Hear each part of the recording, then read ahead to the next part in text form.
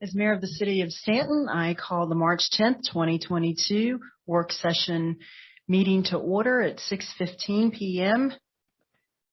The first item, on March 9th, 2022, I received a request from Councilor Dole to participate remotely in the March 10th, 2022 Stanton City Council meeting due to a temporary medical condition that prevents her physical attendance at the meeting. I will now entertain a motion to allow Councilor Dole's remote participation in this meeting pursuant to Stanton City Council Procedural Memorandum Number 3.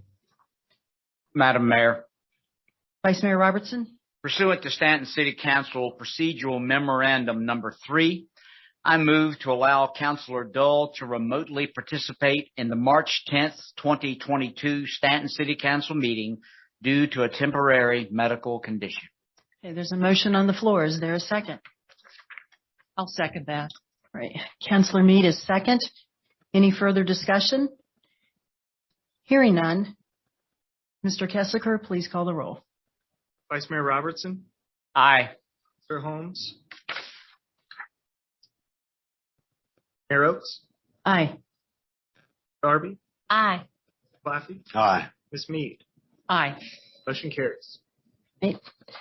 Thank you. Councilor Dole, can you please state the remote location from which you are participating? 1003 East Beverly Street. All right. Could everyone on council as well as the audience hear Councilor Dole? Yes. Yes. Great. All right. Well, welcome to the meeting. That takes us to item 1 on the agenda, a consideration of work session and regular meeting agendas. I'll entertain a motion. Mayor Oakes, Councilor Brenda Meade. I'd like to make a motion to amend the agenda, actually the regular meeting agenda, to add a discussion of City Council's new direction being taken with the city manager role. And I'd like to add that as item C to the regular meeting agenda. All right. There's a motion on the floor. Is there a second? This is Carolyn Dole. I'll second that. All right. We have a second. Any further discussion? Yes, I'd just like to add a few remarks. Oh, okay. I'm asking for this item because many citizens have asked about this new direction council is taking with the city manager role. And I sent an email nearly 2 weeks ago to all members of council so that no one would feel blindsided by this request. I think I wanted to make sure folks had an opportunity to think about it and have ample time to articulate the vision, and then be prepared to inform me and the public and other members of City Council what this new direction is. This is something that many citizens have asked in emails and comments that they've made, and so I think it's appropriate that we have the discussion in a public forum. I would also like to ask the city attorney to please comment on any thoughts you might have about whether this is an appropriate subject for an open meeting and what guidelines you might offer.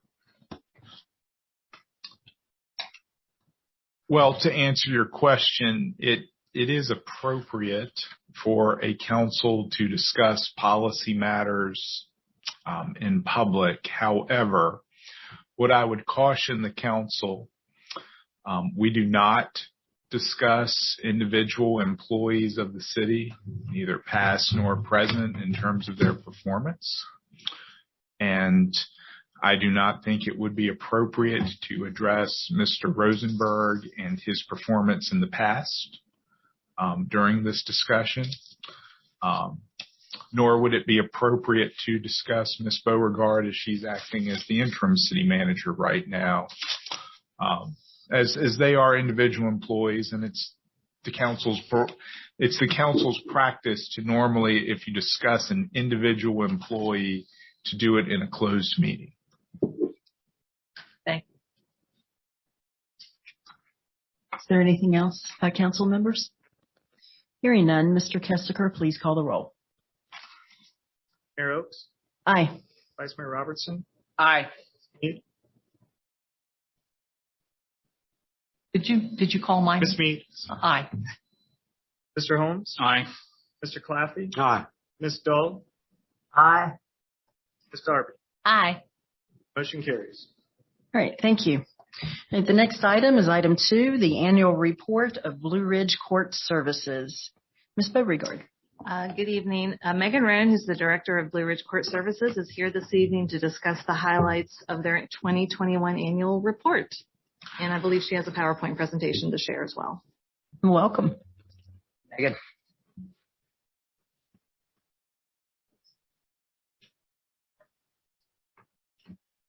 Wearing the green. Yes. Getting ready.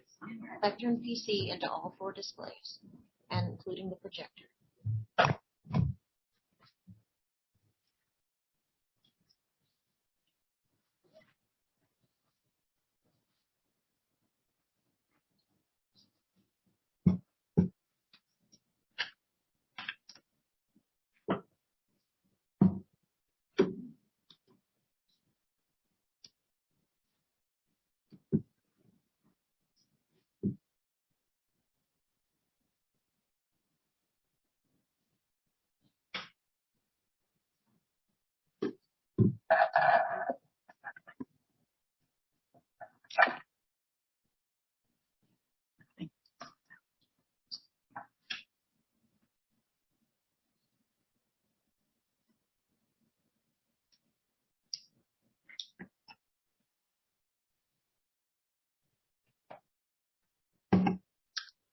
All right.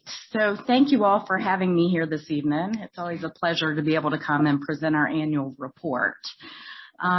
So for FY 2021, and of course you'll be able to read that in the annual report that I provided, but probably the biggest achievement over this past year was our expansion into Rockbridge, Lexington, and Buena Vista. So we opened up a new office for their localities, and so that happened during FY 2021. So I actually have a picture of our office in Stanton and then the door at the office in Lexington.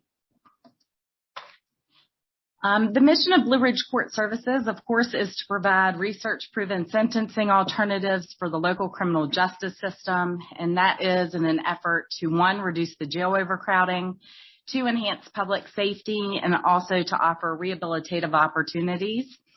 And that's to the local offender and pretrial populations for the cities of Stanton, Waynesboro, Lexington, and Buena Vista in the counties of Augusta, Rockbridge, and Highland. So some of the highlights of 2021, again, we served over 2,300 new clients. For 2021, probably compared to 2020, pretrial numbers were down, probation numbers were up, and HEM numbers were up. That's all I would say due to COVID as far as the numbers from 2020. Local probation services, we served 876 clients, pretrial services 892, domestic violence 204 participants entered our program. Our reentry program, we served 216, pretrial initiative on mental illness 100, HEM was our biggest year for HEM, 108 participants, therapeutic docket 10, and this year in the annual report, I actually put inductees so that you know actually the number. So 10 individuals were inducted into therapeutic docket and 9 were inducted into drug court. So for our probation services, of course, probation services, I'd like to just tell you a little bit the difference between pretrial and probation. Probation services are after someone goes to court. They come on to probation with us. Pretrial services are while someone is awaiting trial. Instead of being housed in Middle River Regional Jail, they are under supervision with us while they're waiting to go to court. So for probation, like I said, we had 876 probation placements. 703 of those placements were misdemeanor cases and 173 felony cases.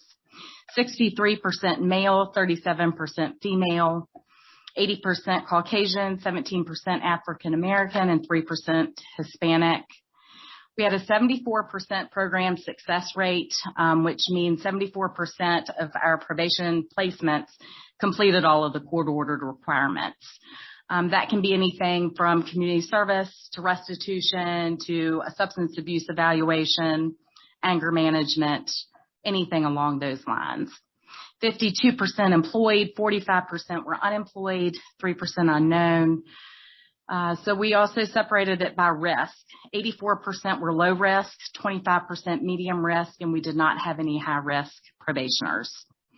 Average daily cost of probation supervision in 2021 is $1.49 compared to the average daily jail cost of $91.97. So this chart shows our probation placements. We broke it down by jurisdiction.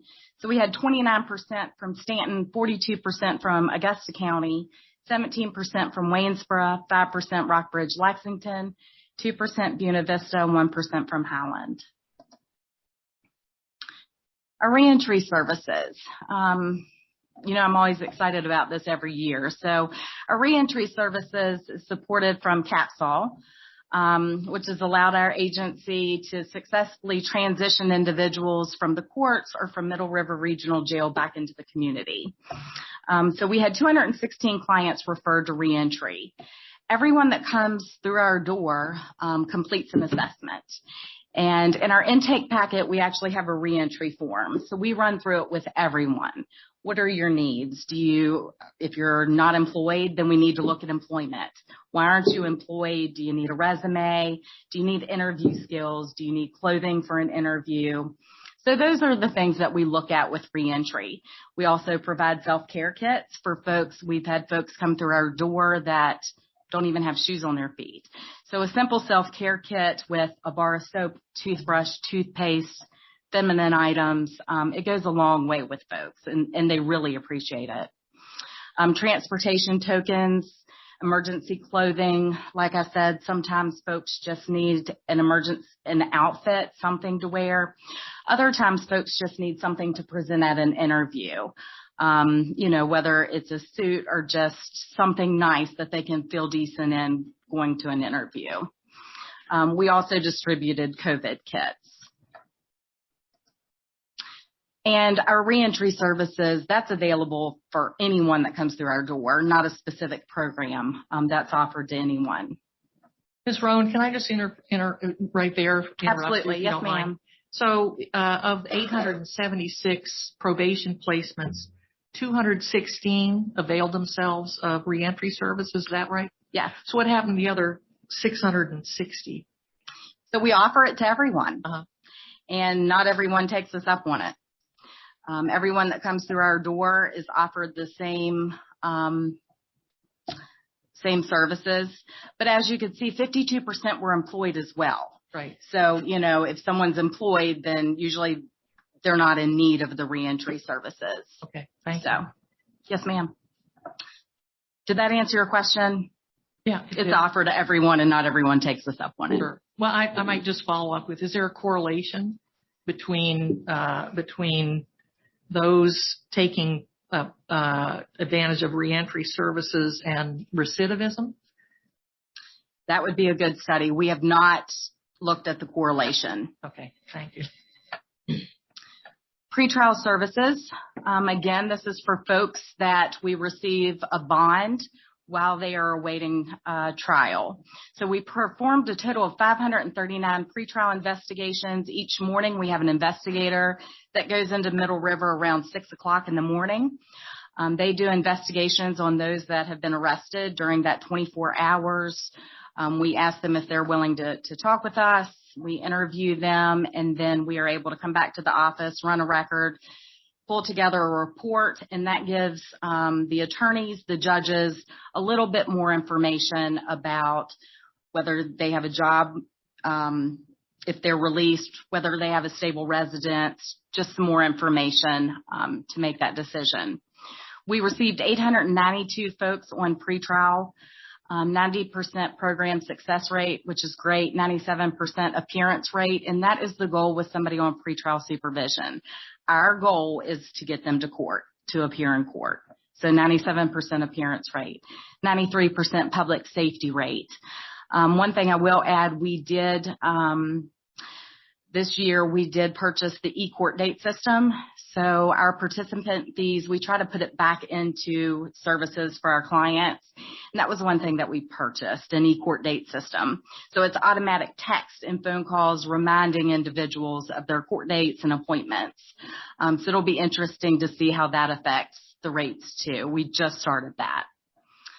93% public safety arrest-free rate, 71% male, 29% female, 82% Caucasian, 16% African American, 2% Hispanic other. Minimum age on pretrial 18, maximum age 78. Average daily cost of pretrial supervision is $1.71 compared to the $91.97 average daily jail cost. Pretrial services by jurisdiction, 43% Augusta County, 28% Stanton, 17% Waynesboro, 7% Rockbridge, Lexington, 2% Buena Vista, 3% transfer cases. PEMI, so this is our pretrial initiative on mental illness. Again, mental health, we are trying to catch folks on the front end of the system. So 3 major objectives: to swiftly move appropriate pretrial defendants from the criminal justice system into the community and into community-based therapeutic treatment. Assist those defendants who remain incarcerated to obtain jail-based mental health services pending their release. And for those defendants released into the community, to provide intensive supervision by our mental health pretrial officer who does assessments and weekly therapeutic groups. So in 2021, we had 100 individuals referred to that program. That can be another bond condition. I was talking about bonds. Magistrates, or they can just make that a bond condition to refer them to the PEMI program. Our investigators that go into the jail too, again, we are trying to catch folks at the front end. So while they're doing that interview, if they pick up on somebody that has mental health issues, they can jot down on there to take a look at putting them into PEMI. And then we can take a look at whether they need therapeutic docket. So we have lots of folks trying to look at this on the front end. Ms. Rowan, I have another question. Yes, ma'am. Yeah. So what kind of qualifications does this employee has, who are the folks who do these, the BJMHS tests? So everyone does. That's the brief jail mental health screening. Everyone that goes into Middle River Regional Jail, they actually do a brief jail mental health screen. It's a simple screening tool, and then everyone in our office does it as well. And so what that does for us in the office, everyone does that on the pretrial side, because that tells us a lot of times we don't pick up on it until they are in our office. And then we can get them to the right officer in our office to help their specific needs. But that's done by everyone in the jail. Okay. And so these aren't people with special mental health qualifications or certifications? No, ma'am. Okay. Anyone can use that tool. Thank you. Maybe 8 questions. Very simple. Okay. Megan. Yes, ma'am. On a couple slides back, you mentioned that small percentage of transfers. Yes.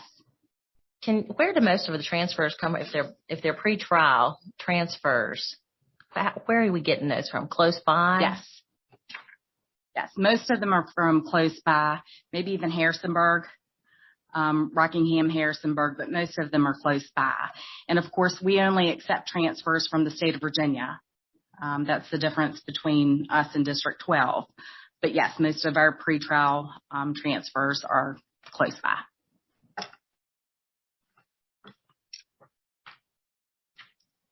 And let me see, where was I? So 85% successful completion of court-ordered obligations for domestic violence. Again, we do an assessment for folks that come in. A lot of times the judges will put anger management on the court order. However, if it's somebody that has been through our program before, or we pull a record and they've completed anger management, which can only be 4 sessions, then we say, okay, you need the batter's intervention program, the domestic violence program, and that's more like 16 sessions. Therapeutic docket program. So we had 10 inductions into the therapeutic docket program. We have 2 specialized dockets. therapeutic docket and drug court docket. 6 graduates in 2021, 5 males and 5 females, 8 Caucasians, 2 African Americans, 3 placements from Stanton, 4 placements from Augusta County, 3 placements were from Waynesboro. And as you can see, our largest age group was 36 and over. Therapeutic docket, I'll just talk briefly about our specialized dockets. Again, absolutely love our specialized dockets. This focuses on folks that their criminal activity was most likely a result of they were in a mental health crisis during that time. So they come into our docket, we can get them stabilized on medication, in treatment, a job. A lot of times they reestablish connections with their family. I encourage you every year, I know I say this every year, but if you have an opportunity, reach out to me and I can let you know when our dockets are. It is amazing. These folks are so inspiring to see where they are in the beginning and, you know, when they graduate, how far they've come. We're interested in having the arresting officers come back so that they can see. A lot of our referrals actually come from the arresting officers that say, you know, we've been presenting at CIT so that folks are aware of the program and they say, gosh, this individual could be a candidate.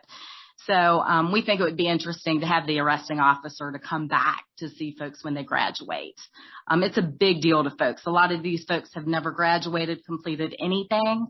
And when they make it through, it's not easy at all. So it's a big deal. So I would encourage you to come and take a look at our dockets. Drug court. So this is another specialized program. It targets individuals who have been involved in criminal activity arising from their addiction to alcohol or illegal substances. Same type of docket. Drug court meets every week. Therapeutic docket meets every other week. The judge talks to the participants on a very personal level. How's work going? How's your involvement with your children?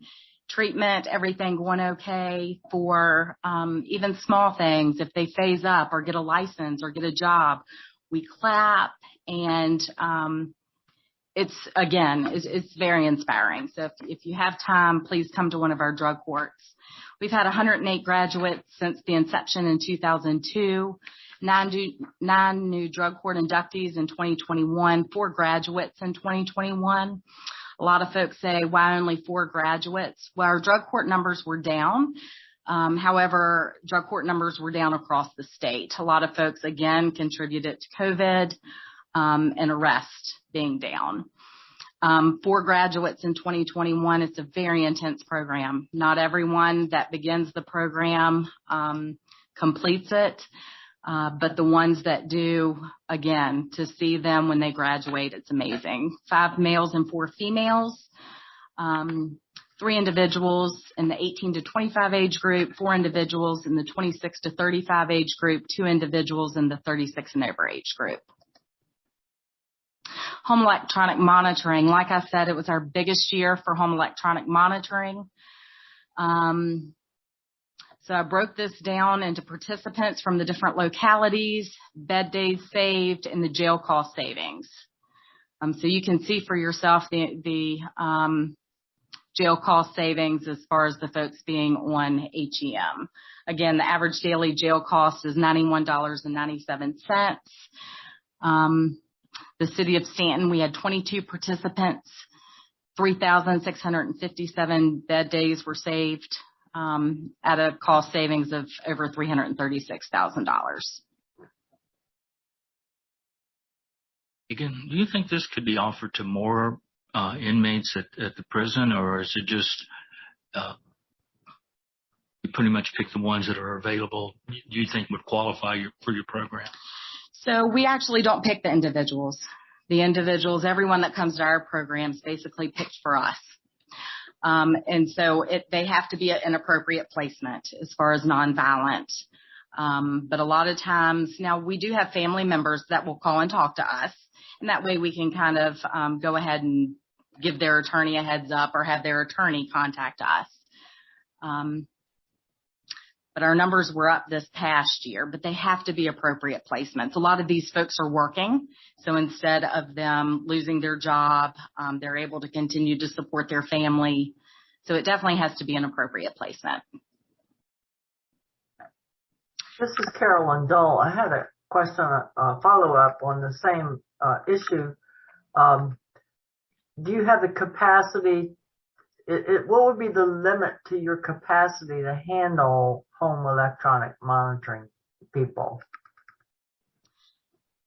Well, that's a great question. So in 2021, we were actually at capacity. These are folks that are monitored 24/7. They are on that GPS system. So for us, as far as capacity, 40 is about our number as far as home electronic monitoring. What would it take to increase that amount? Well, we haven't had any more referrals. So that seems to be about the number of referrals that are coming in. So to increase that, we would have to have additional staff, but again, it would have to be appropriate placements. And that's according to the Department of Criminal Justice Services as well. This is Carolyn Dole again, because this is an area of interest for me because all of these programs are much cheaper than the cost of a day in jail. Mm-hmm.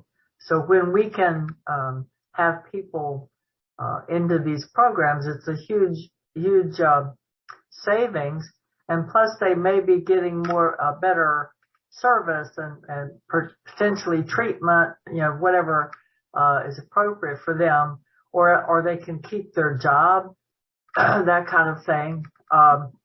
And so, but these decisions are made by whom? Who decides who gets referred to you?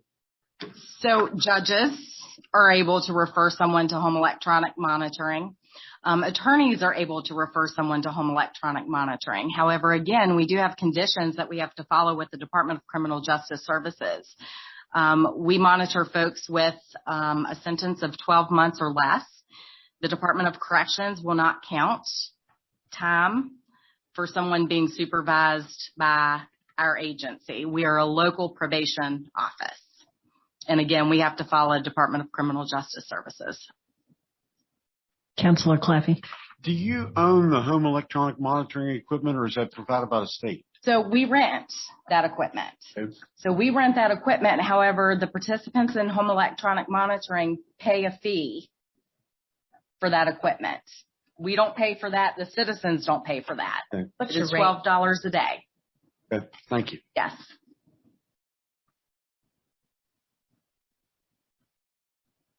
Did you have anything else? I was going to just briefly run through the grants, and that will be it. So, of course, we are funded by grants. The Department of Criminal Justice Services, which I just said we have to follow what they tell us, they are our main grant. So they provide for our local probation and pretrial services. The Supreme Court is our grant for the drug court program.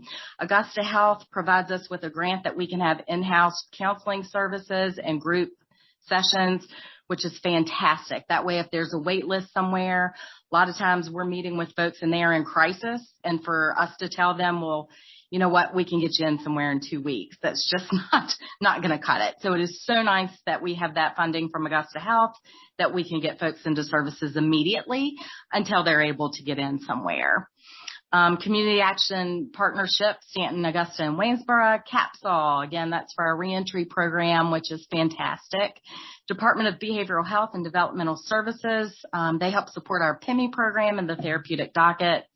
And our participant fees, which include supervision fees and home electronic monitoring fees. And you can see the breakdown as far as our funding. Great. Any questions for me? Are there any questions by council members or any comments? Doing a great job.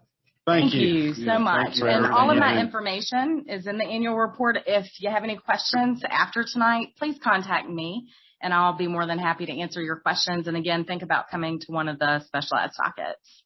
I have one quick question. Yes, I know ma'am. we're going over on time, but with the reentry service program, is that strictly through referrals, or can a inmate that's coming out of the jail into the community, can they just reach out to you all? And if so, how are they made aware of the reentry program? Great question. So I could stand up here and talk all night. So that's one thing that I did not touch on. We actually go into the jail for our reentry program, and we meet with offenders 30 days prior to them being released. We take our reentry packet. We provide a class, let them know what we provide. We go ahead and let them start the paperwork, and that way we can take it back to the office and start a file. And we tell them as soon as they're released to come see us. We already have a file started. We know their needs. If it's jobs, we can already pull job placements. We can start a resume for them because we ask for all that information. So great question. But that's how we handle that. All right. Well, this is Carolyn Dole. I have one quick question. Yes, ma'am. For each of the programs, when you give the percentage from Stanton and from Augusta, et cetera, is that their residence? What's the deciding factor on where they come from? So that's a great question. So that's going to be the court that they come from. So that would be where the crime was committed, not where they live. Is that? Yes, ma'am. That's correct. Okay. Thank you. Sure. Megan, I got one more question. Yes, sir. What happens with people from Harrisonburg and Rockingham? Do they go to do they have a different setup? They do, yes. So there's a court service unit in Harrisonburg, Rockingham. Now, if someone resides here, they're more than welcome to transfer that case to us, and vice versa. Do these people have a lot of trouble with like transportation, getting to you and things like that? I mean, they do. And so we provide tokens, which helps, if they're within the city.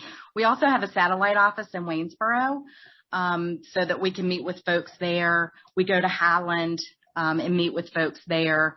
So we try to spread out, so that everyone doesn't have to come to the Stanton office. All right. Well, thank you very much. Thank you all very much. Thank you, and thanks for everything that you do for neighbors. us. Oh, yeah, that's right. They are your neighbor. Yes. So. Yes. Makes Thank you all so much. Makes me feel a lot more comfortable when. Thank you. Very quickly, before we go on to the next item, I did want to just recognize a superstar in the audience. We have the chairman of the school board, Chairman Kenneth Venable. Thank you for joining us tonight. Thank you, Ken. Right, the next item is item number 3, the annual report of Shenandoah Valley Social Services. Ms. Beauregard. Anita Harris, the director for SVSS, and Lisa Shiflett, assistant director, are here this evening to talk about their annual report for FY 2021, and they also have a PowerPoint. Great. Thank you. Hi. Welcome. Evening. Yeah, thank you for having us and your time and your interest in our agency and the accomplishments and things that we're doing for our community to strengthen and basically help the citizens in our area. So thank you very much there. It's really hard to follow as far as Blue Ridge Court Service because it looks like they're, saving so much money. It's going to look like we're giving away so much money. So, it has been a, really challenging, couple years. And we're going to do something a little bit different on our annual report. Now, you've got copies of our annual report, and you see the statistics and everything. You should have gotten those copies. Well, we're going to kind of review the annual report, but we're going to kind of compare what it was the previous year. So you can see the impacts of COVID as far as what it has happened and the funding and the benefits that are going out in the community. Because we thought you'd probably be interested on what has happened as far as what benefits have been provided, what things are going on during this COVID time. So with some of our actions that we've taken as far as with the state and ourselves, we have made great efforts to make sure to ensure access to benefits and to services, and critical information is being given to the public throughout the onset and throughout the pandemic, which we are still in, really. So we have actually installed and used drop boxes for applications to get verifications. We've set up as far as websites and our Facebook page with information, different ways people can apply, either online by calling a number and applying, face to face if they want to. We still are available face to face, but during the pandemic, to give them opportunities that they don't have to come into the office. There's all kinds of ways they can apply, get information to us, communicate to us by fax, by email. We were trying to make sure that access to services and benefits was there. So during the public health crisis and the resulting financial crisis, which you're all aware, it's created tremendous effects on individuals, families, and communities. Needs have arose for food, for childcare, healthcare, housing, cash assistance. And so we have really, it'll look like we've been giving lots and lots of funding out, but these are needs, real needs for the last 2 years. I'm going to speak first about our benefit programs, and Lisa's going to talk about our services. But benefit programs, these are actual benefits that people are getting as far as in assistance, like Medicaid, SNAP, which is Supplemental Nutrition Assistance Program, used to be known as food stamps. TANF, Temporary Assistance to Needy Family. This is the financial assistance, used to be known as the welfare check. VIEW, Virginia's Initiative for Education and Work. LIHEAP, that's our Low Income Household Energy Assistance Program. Child Care Assistance, and our Burial Assistance. Medicaid, that is our biggest program. Basically, during COVID, the last 2 years, cases were reinstated back to January 2020. So basically, from January 2020, people have been receiving Medicaid, as far as that have applied. Their renewals and their redeterminations were extended, so we haven't had any closures because of renewals or redeterminations. No terminations or closures, like I mentioned, no reduction of coverage. So most all the cases that we started out with in January 2020, we are still carrying. So, and basically right now, as far as with the public health emergency, we won't be closing or doing anything with those cases. So as to maintain people's health coverage during this time of COVID, to make sure people have access to health services and medical attention. So right now we're still on hold and basically have all these cases that at one time, at some point, and we're thinking possibly this summer sometime, possibly if they don't extend the PHE any farther, we will probably have to go through and do redeterminations and renewals on all of those cases. Sorry. No, that's fine. Our public health medical assistance statistics. Of course, the public health emergency was declared on March 12, 2020. And of course, like I said, we went back to January to reinstate all cases that basically had at that time. Just to give you some information, during that time, over 3,600 new enrollees in Medicaid became Medicaid eligible in Virginia. The state had gained 4,100 new enrollees each week, and currently there's 1.8 million enrollees. For us, we processed over 7,000 applications since March 2020. We currently have over 17,000 open cases that we are maintaining. The increase of 3,569 cases since February 2020, with an average of 223 cases per month. So a lot of cases, and as you can see, the benefits issued are tremendous from this year, from last year, as far as, and actually with our long-term care and ABD, the case numbers haven't changed too much, just about 100, excuse me. But families and children Medicaid, those have really jumped as far as what we've seen. So a lot of benefits issued as far as in this past year. Anita, how's your staffing? Have you been able to hire more staff? We deal with this number of cases? Well, we have been very fortunate in the last couple of years, and our board has been very supportive of us, and we have been able to hire some new staff. But the thing that's hurting us really is the turnover now. We have a lot of turnover, and trying to maintain the cases and everything, it's a challenge. But so far, we're still, doing it, and we're getting it done, and we haven't had any problems as far as calls from the state letting us know that we need to hype up our game, but we're doing well. We have good staffing. We have people that are dedicated and committed. But at this time, turnover, there's a lot of other options, higher pay out there as far as that people are going to. SNAP, that is our second biggest program.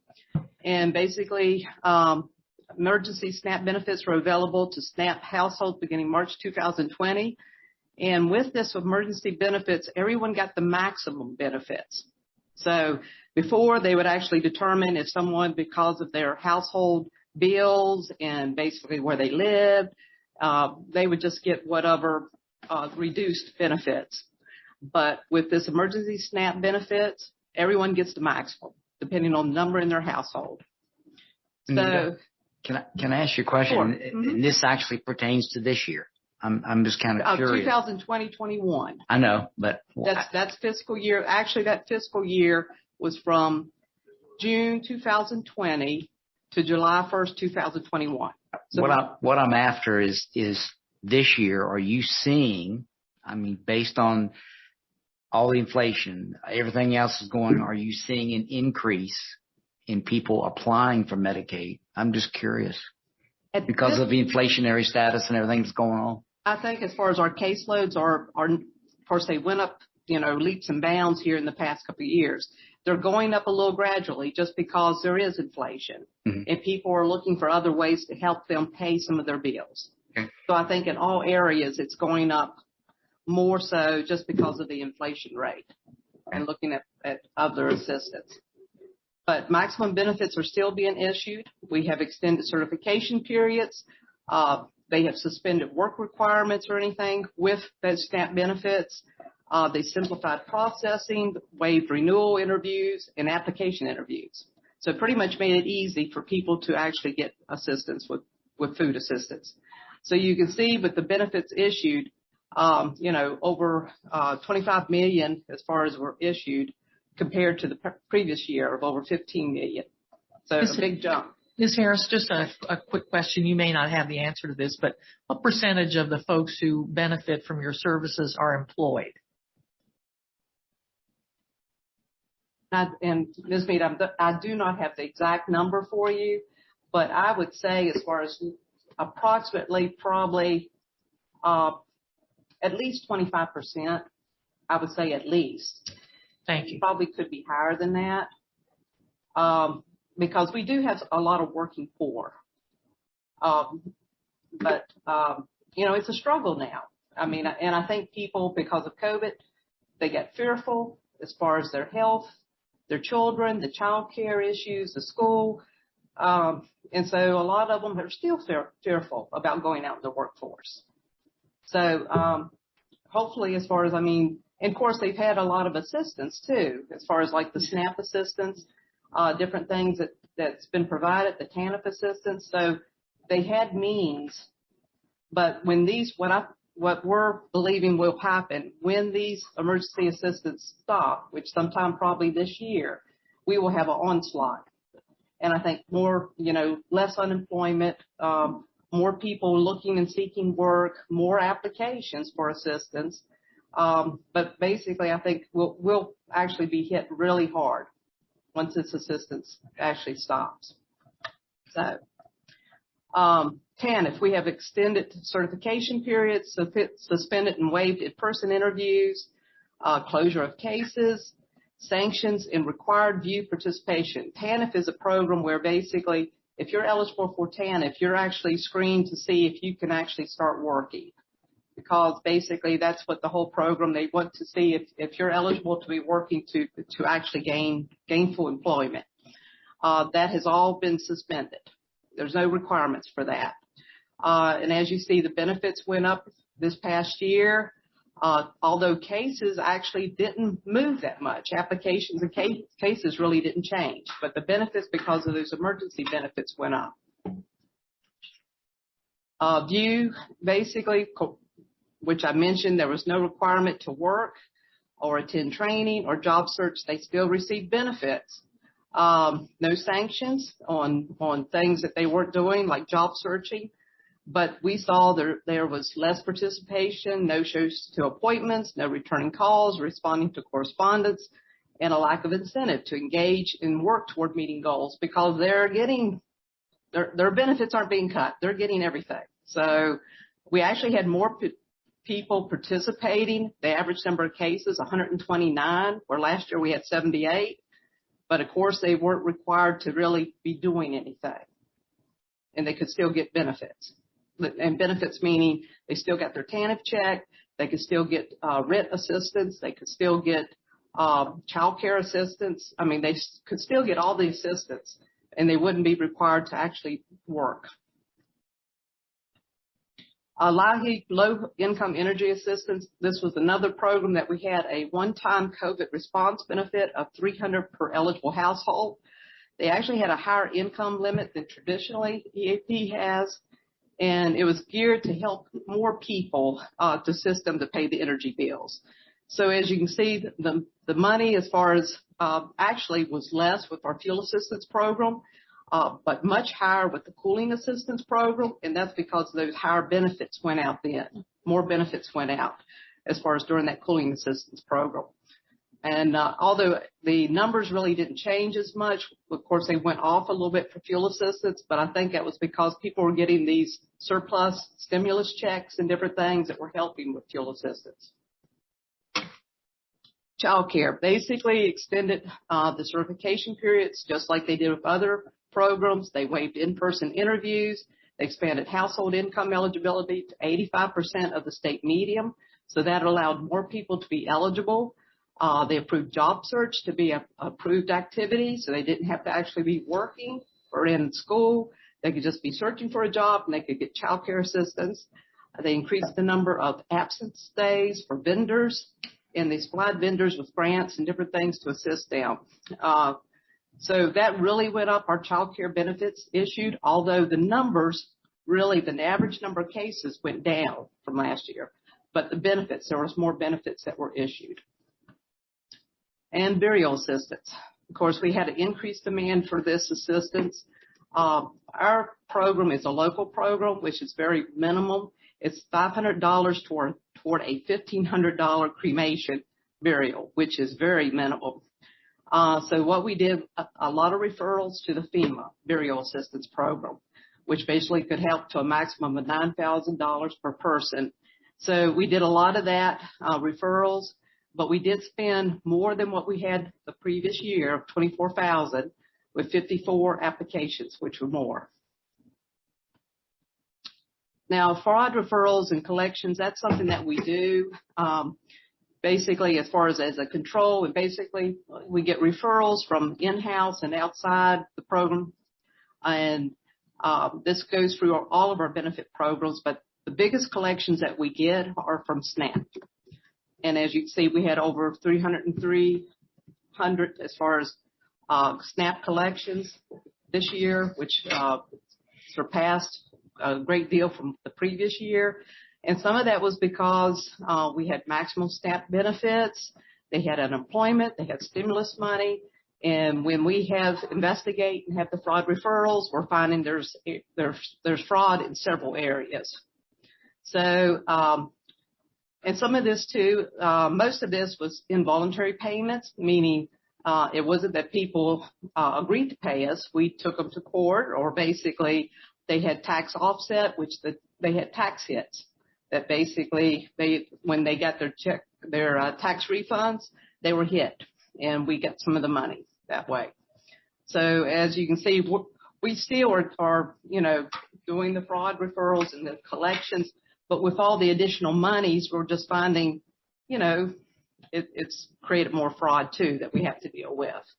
And we do not get to keep this money. This money all goes back to the state. So,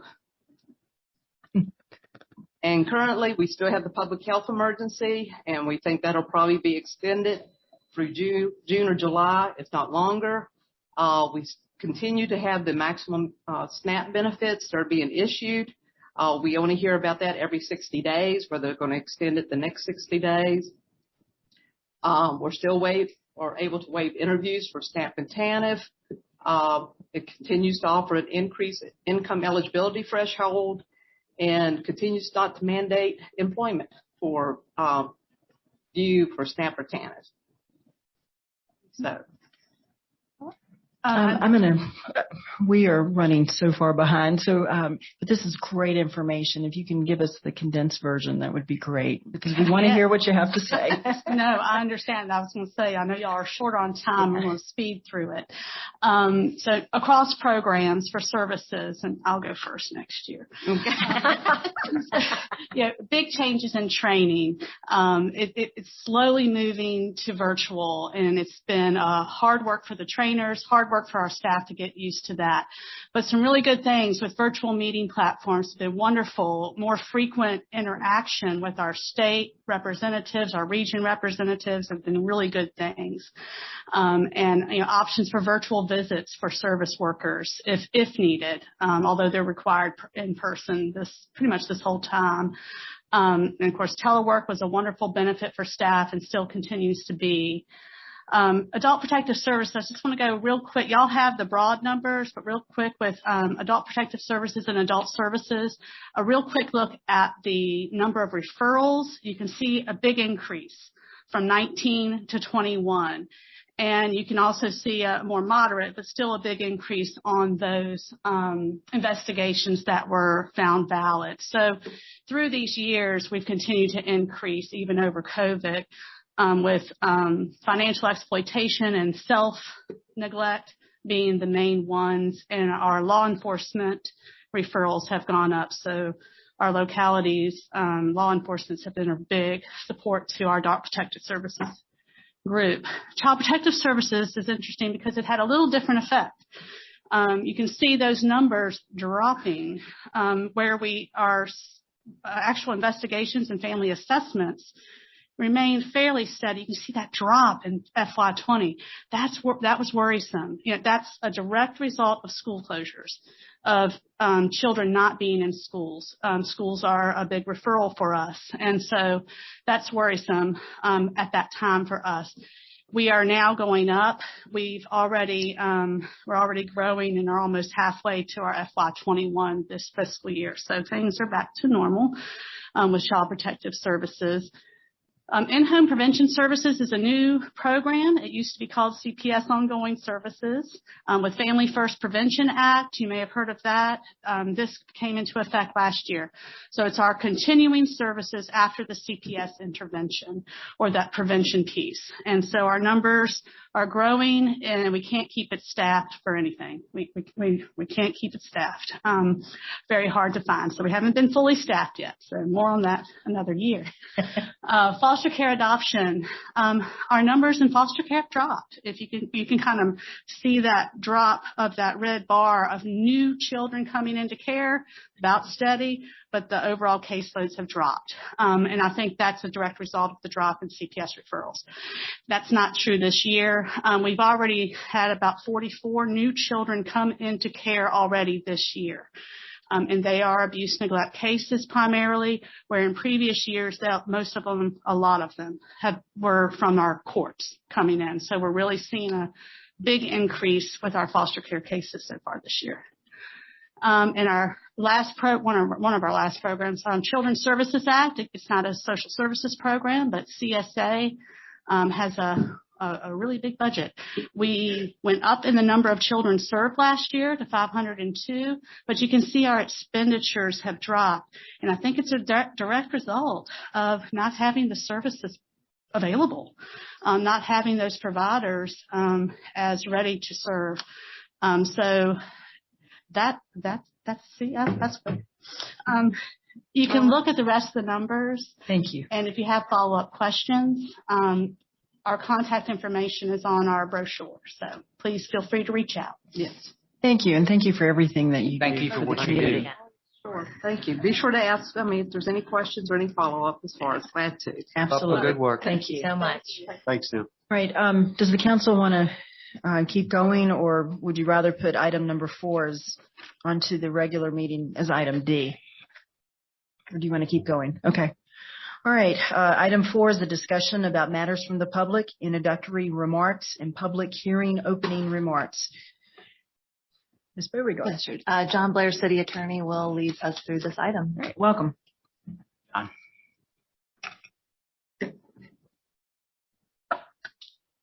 Good evening, Mayor Oakes and Council.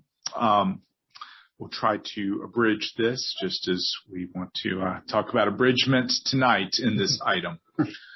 On April the 8th of last year, 2021, the Council adopted rules for your matters from the public through a formal vote. Now, it's my understanding rules had been read before then, but there had never been an official council action to adopt rules. So last year when I arrived, that was one of the things we first did. It passed on a 4-3 vote. And Mayor Oakes, since the adoption of those rules, has read them in verbatim at each matters from the public. Yes. Since then, at your last meeting, Councilors Claffey and Mead asked, well, does the mayor have to read each rule before starting matters from the public? And the answer to that, based on some federal case law that I found, is no. The rules don't have to be read verbatim before each matters from the public. What is advisable is that the public is given an opportunity to know about the rules. And at our clerk's desk, and now we've made a link on our webpage where there's participation in city council meetings remotely. There is now a PDF document that Ms. Smith has placed up that has those rules.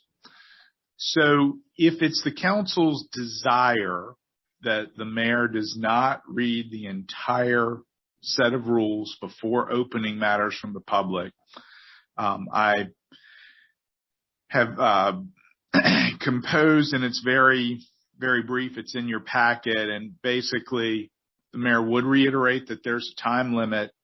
She would also reiterate to the public that if they would like a copy of all of the rules, they can come to the clerk's desk or click on a link on the website to read those rules before speaking. And again, this was something that was discussed at your last meeting during roll call. I'm happy to take any questions you have. Are there any questions? I read over them. I think they're wonderful, John. I just said that one little change, that little typo in there. Right. There is one included in your packet. Before public hearings, Vice Mayor Robertson found one. If you want to. Well, it's in the third paragraph. It says, for our Zoom participants, please raise your hand now if you wish to speak on this particular public hearing. If you raise your hand during this public hearing, it reads, you also be able, it should read, you will also be able to raise your hand. So that's right. Just put a will in there and we'll be good. And so again, this is sort of a very minor item. There's a resolution in your packet. You could add that to your regular meeting agenda if you wish, and it would be to vote on that as item D, to have the mayor abridge and use what I just read. Well, I can entertain a motion now. Or you could make a motion now if the council wishes. Madam Mayor. Vice Mayor Robertson. I will make a motion that we that we actually pass this. Can we do that now? You can. Oh, okay. I move to adopt the proposed resolution to modify the matters from the public introductory remarks. There's a motion on the floor. Is there a second? I'll second that. All right. Councilor Mead has second. Any further discussion? Yes, this is Carolyn Dahl. Councilor Dahl. I was going to recommend that we should have two sets of this, one just saying public hearing stuff, and then one just a friendly little thing for matters from the public. Because I'm assuming that the intention is to read these before every public hearing. Yes, Councilor Dole, the public hearing opening remarks, they would not be changed. And that the difference being that that statement makes it clear that the public hearing is about the particular topic at hand. What you would be voting on is simply to abridge the introductory remarks to matters from the public. Well, I guess I'm confused. I would like to see just specific to matters from the public, to make it shorter and sweeter. Instead of talking about the public hearing, if you're going to read this when you're introducing matters from the public, it's a whole lot of stuff that doesn't apply at that point. That's my point. Right. And that's a separate document in the packet. But if you look, it's on page 36 of the packet. It's 3 small paragraphs.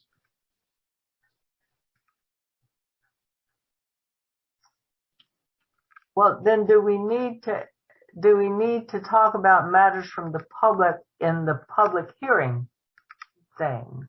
Other than saying you can speak later if you wish. No, ma'am. Okay. Any further discussion? I just have one. But still, if somebody overgoes their time and doesn't leave, then there's still going to be the possibility of them being escorted out, correct? The rules would still apply, yes, Councilor Holmes. Any further discussion? Hearing none, Mr. Kessler, please call the roll. Ms. Darby? Aye. Ms. Dahl? No. Mr. Claffey? Aye. Mr. Holmes? Aye. Ms. Mead? Aye. Vice Mayor Robertson? Aye. Mayor Oakes? Aye. Motion carries. All right, thank you. And thank you. All right, the next item is item number 5, the roll call. I'll start with Councilor Dole. Councilor Dole, did you have any questions for Ms. Beauregard under roll call? No. All right. Councilor Mead? This is for Ms. Beauregard. I sent an email on March the 1st suggesting that we might want to put information on our city website about flood awareness and preparation. And you may have already done it, and I just actually I was going to talk about that during my matters from the interim city manager. Don't want to take away. I have some information to share because there was another request that came in about some flood mitigation things that we're working on. So I'd be happy to address that during that time if you can wait. Oh, absolutely. Perfect. Great. Thank you. Councilor Holmes? All right. Councilor Darby? Ms. Beauregard, can you just give an update as to if the videos have been uploaded to YouTube? I know folks were concerned about council meetings, and I understand that takes time, and we have a new clerk, and so I'm excited for that. I know staff is working on that, so I'm not sure where it's at right now, but I will find out, and I'll send you all an update on how that's coming along. I realize it's quite behind, so I'll send an update out. Thank you. Sure. Thank you. All right. Vice Mayor Robertson? I don't have anything at this time. Right. All right. I have one quick one. Are we going to be having a July 4th parade this year? I know that you've been meeting with the Happy Birthday. Oh, I know we're going to be having a Happy Birthday America celebration this year. So I guess the answer is yes. Okay. I know you've been meeting with them, so that's why I was asking. So. And we'll also have Queen City Mischief and Magic. Oh, great. So things are starting to come back. Yes, ma'am. All right, great. With that takes us to break. The work session is now on break, and we'll be back at 7:30 for the regular meeting. Okay, I'll get my cookie. Yeah, come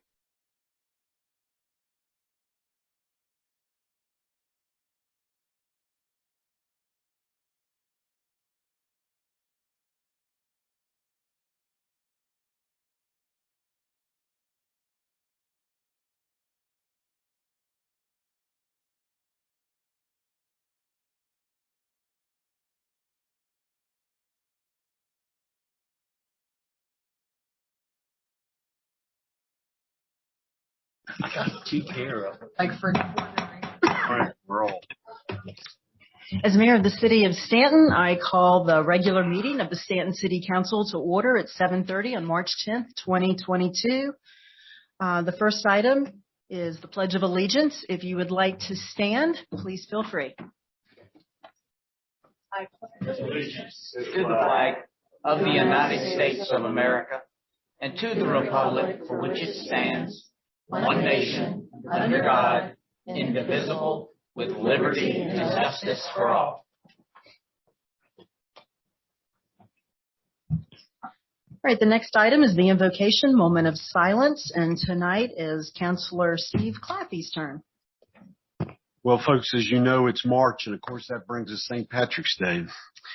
But I thought it might be appropriate tonight to read a Irish prayer, and it is brought to us by John O'Donoghue, who is an Irish poet, philosopher, priest, author, who was alive from 1956 to 2008.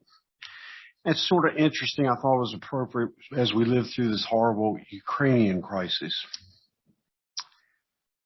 A prayer. As the fever of day calms towards twilight, may all that is strained in us come to ease. We pray for all who suffered violence today. May an unexpected serenity surprise them. For those who risk their lives each day for peace, may their hearts glimpse providence at the heart of history. That those who make riches from violence and war might hear in their dreams the cry of the lost. That we might see through our fear of each other a new vision to heal our fatal attraction to aggression.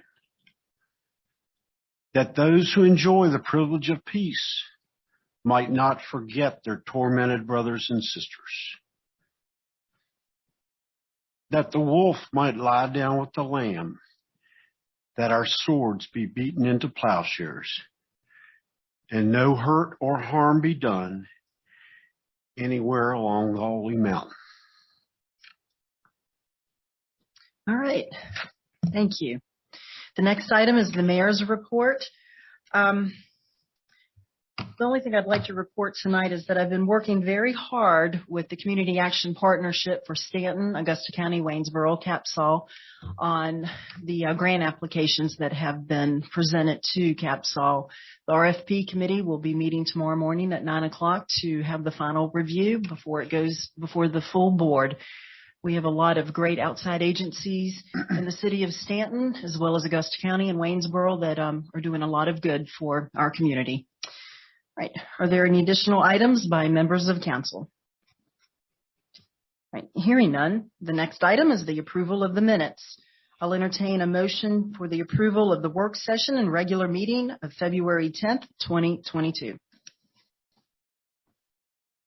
Terry, you got it? Oh, I got it. Okay. This is Terry Holmes. I move to approve the work session agenda and the regular meeting as presented. Do we have a motion on the floor? Is there a second? I'll second. All right.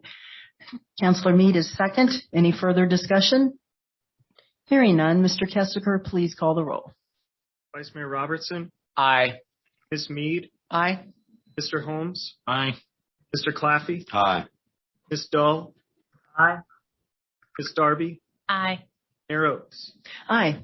Motion carries. All right, thank you. The next item is the approval of the minutes for the work session and regular meeting of February 24th, 2022. I'll entertain a motion. Mayor Oakes, Councilor Meade. I move to approve the minutes of the work session and regular meeting of February 24th, 2022. There's a motion on the floor. Is there a second? A second. It's Terry Holmes. Councilor Holmes is second. Any further discussion? Hearing none, Mr. Kessiker, please call the roll. Ms. Dahl. Ms. Darby. Aye. Mayor Oakes. Aye. Vice Mayor Robertson. Aye. Ms. Meade. Aye. Mr. Holmes. Aye. Mr. Claffey. Aye. Motion carries. All right. Thank you. That takes us to our regular meeting agenda, and the first item is item A, a consideration of Virginia Commission for the Arts 2022 through 2023 Creative Communities Partnerships Grant Application. Ms. Beauregard. Rodney Rose is here this evening to walk us through this item. All right. Welcome. Thank you, Mayor Oaks, City Council members. Once again, City staff is here before you to request your authorization to apply for this grant. The Virginia Commission for the Arts has operated the Creative Communities Partnership Grant for a number of years, and the city for many years, I would say it's been 2 or 3 decades, has applied for and obtained grant funds to assist 3 local arts organizations, Shenandoah Arts, the Stonewall Brigade Band, and the Stanton Augusta Arts Center. This grant requires an equal match from the local government, and the maximum amount which we would apply for is $4,500. So obviously, the city would also be on the hook for $4,500 if this is approved, and the money would be distributed equally to those 3 organizations. It is my understanding that the local match funds will be included in the proposed city budget for City's Council's consideration later this year. So once again, staff is requesting that you authorize the interim city manager to submit the grant application. I'd be glad to answer any questions you have at this time. I believe I'm expecting representatives in attendance from these arts organizations that may want to address council. Okay. Is there anyone in attendance with the Shan Arts, the Stonewall Brigade Band, or the Stanton Augusta Art Center that would like to address council? Come on up to the podium. Thank you.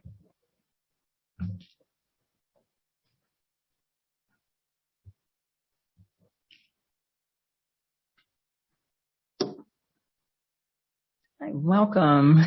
Thank you. I'm Hannah Bush. I've been a member of this band since 1962. Which kind of makes me the oldest person in the band, just about. Not the oldest person, but the longest member. I just want to thank you all each year for your continuing to support this group. You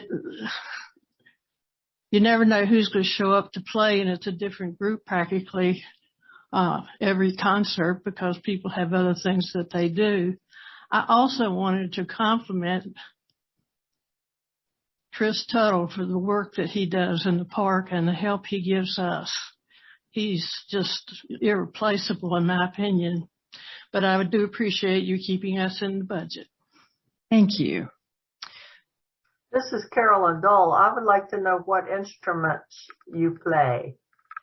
I started out as a flute and piccolo player, but I went to majored in music at Mary Washington when it was all girls, so I switched to trombone. And then lately I've been playing baritone, so. Okay. Talent. Multi-talent. All right. Are there any questions by other council members for Mr. Rhodes as well? Good evening. Mr. Foster, we're going to. Hope you're all doing as well as I'm doing. Are you representing? I keep falling down and I have a hell of a time trying to get up. So there's not much I can do about it. Okay. But I have to tell you, I hope you all support the arts, the music, the sculptures, and so forth. Thank you, Mr. Foster. They're some of the things that people ignore, and it's absolutely necessary to look and see all of these things because they're absolutely beautiful. We appreciate your comments. And they last. Okay. And you have a good day. Thank you. Before I forget, there's one other thing I want to say. Right, I had a 1-hour conference today with the town manager and the mayor. And 1 hour. Normally I get 5 minutes, which really drops down to about 2.5 minutes or a half a minute or something like that. But everything seemed to be okay. And, I'm not against a lot of things. It's just that I just don't feel that they're apropos. Okay? Well, we're going to have lunch together next week. And I want to congratulate the manager because women need to take some of the jobs that men have. There are a lot of them are much more capable than some of the men. No offense. We'll take it. None taken. Yesterday was March 8th was International Women's Day, so thank you for that, Mr. Fossa. All right. Are there any questions or comments by council members? Hearing none, I'll entertain a motion. Madam Mayor. Councilor Darby. I move City Council authorize staff to apply for the 2022-2023 Creative Communities Partnership Grant with the understanding that acceptance will be determined by the availability of local funds to match the grant. Right. We have a motion on the floor. Is there a second? Madam Mayor, I'd like to second that. Councilor Clappy is second. Any further discussion? Hearing none, Mr. Kessler, please call the roll. Vice Mayor Robertson, Aye. Ms. Mead, Aye. Mr. Holmes, Aye. Mr. Claffey, Aye. Ms. Dahl, Aye. Ms. Darby, Aye. Mayor Oakes. Aye. Motion carries. All right, great. Thank you for everything you do for the community. And that's a thumbs up on that one, Mr. Fossa. It was unanimous. All right, that takes us to item B, McDonough Toyota, a consideration of an appeal of decision of Planning Commission under Stanton City Code Section 18.83.0701 of Chapter 18.83 Entrance Corridor Overlay District, specifically regarding the internal illumination of a standalone entrance portal as a sign. Ms. Beauregard. Mr. Rhodes is back to walk us through this item as well. Welcome back. Thank you. Before City Council this evening is a request to overturn the decision of the Planning Commission in denying the internal illumination of a portal at 918 Richmond Avenue. While most appeals are directed to the Board of Zoning Appeals, the Code of Virginia and the Stanton Zoning Code direct appeals of the Historic District Guidelines and the Entrance Corridor Overlay District Standards and Guidelines to City Council. On such matters, any person aggrieved by any decision of the Commission may appeal such decision to City Council. The matter before City Council is substantially the same request that was considered and denied by the Planning Commission and upon appeal City Council in 2014. After a very extensive process, Council adopted amendments to the Stanton City Code in 2008, recognizing that a corridor overlay zoning district would implement the city's comprehensive plan goal of protecting the city's natural, scenic, historic, architectural, and cultural resources, especially the corridors that lead into the city's national registered historic districts that have proven so beneficial to the city. The specific request pertains to a standalone, internally lighted cabinet signage portal at the dealership located adjacent to and immediately on Richmond Avenue, one of the city's designated entrance corridors. Back in 2003, before the portal was constructed, staff made the determination and informed the business owner that by internally illuminating the portal, the entire structure would be considered a sign. Staff reaffirmed this determination during the 2014 appeal process, and I concur with this determination. The purpose of the structure is to attract attention to the business and includes the dealer's name, the word Toyota, and the Toyota symbol.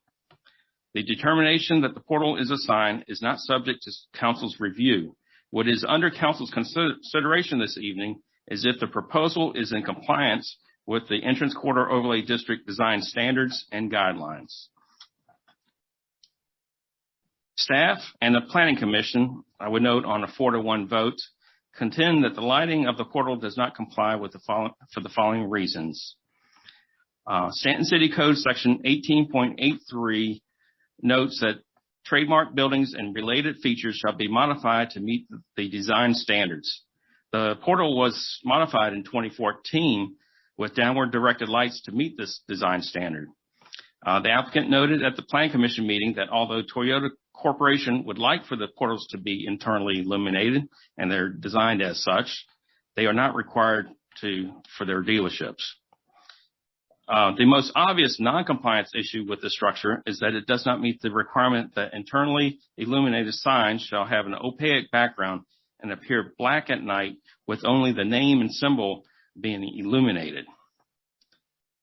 3, the illuminated sign structure does not qualify as an additional type of sign that could be considered because it doesn't meet the specific requirements for cabinet signs. Furthermore, only one freestanding sign is permitted, and McDonough already has a freestanding sign. I would note that the signage on the existing portal back in 2014 was considered a building mounted sign as an architectural feature of the building. Number 4, the design standards note that lighting shall be limited to that which is necessary for safety. Lighting shall not be used as signage, such as uplighting or downlighting building elevations.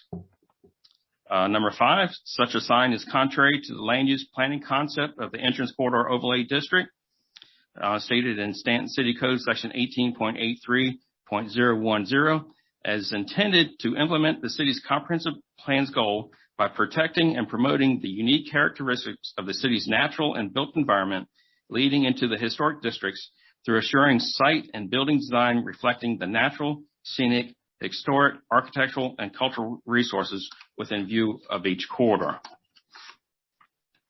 And finally, the guidelines recommend against lighting of any type outlining any structure or window. The briefing that was sent to council last week also noted that the entire portal, if the entire portal was internally illuminated, then it would exceed the total square footage for signage permitted on the property. However, yesterday evening, staff informed council members and the applicants that this was an incorrect calculation.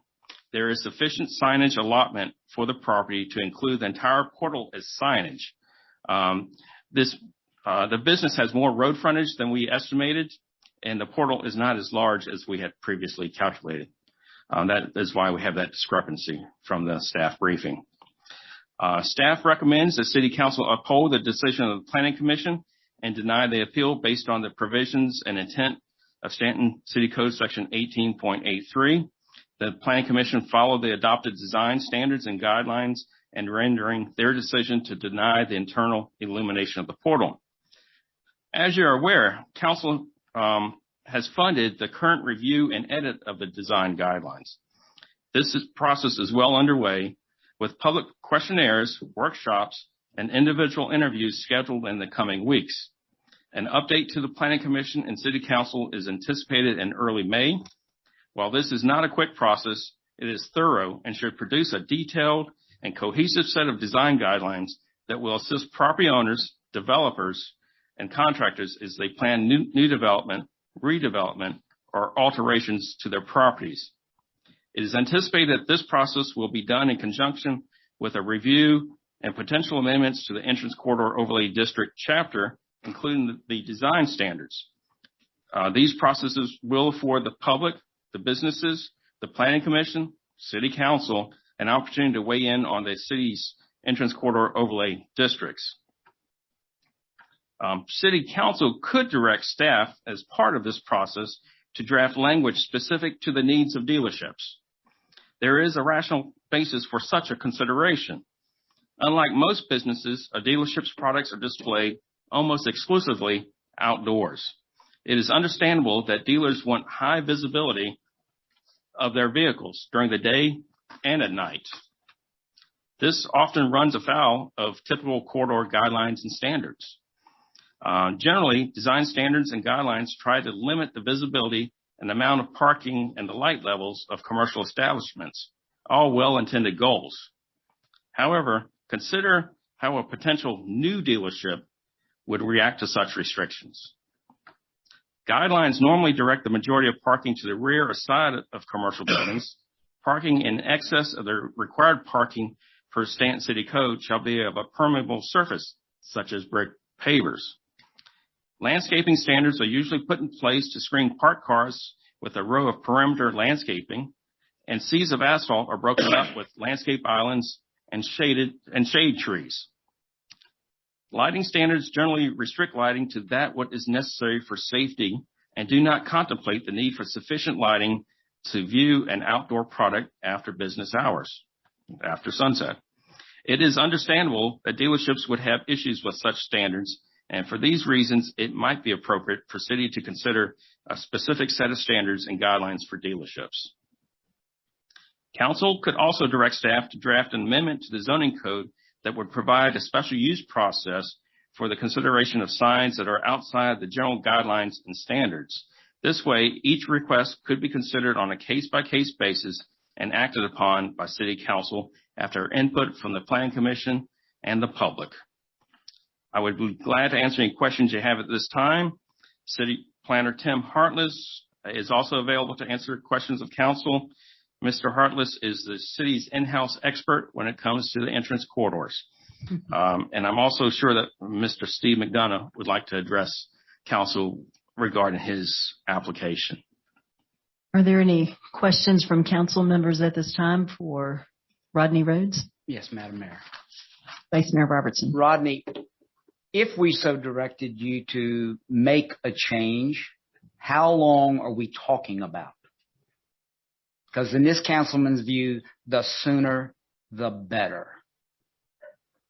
I understand that, Vice Mayor Robertson.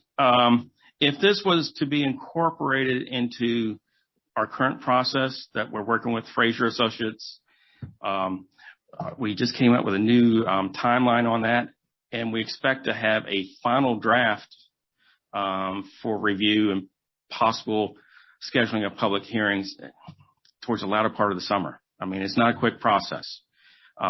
You could direct staff to work on this separate from that. I do not prefer that. I mean, because then we have two processes going at the same time, and it'd be a little disjointed. But we could, if directed to, we could have something to Planning Commission in May that would only address dealerships. And then if they acted on it at that meeting, it could be to City Council in June. There's no guarantee that the commission would act on it, when they first presented this item. Are there any additional questions?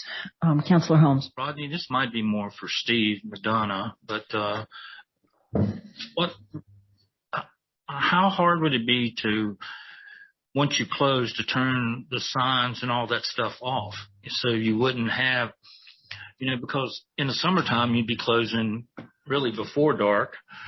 A lot of times, I don't know how late y'all work. Y'all might work till 9, but during the wintertime, you'd still be there till, 7, 8 o'clock probably. So, I mean, would it be a big deal to turn the signs off after you close? Mr. McDonough, would you like to come to the podium?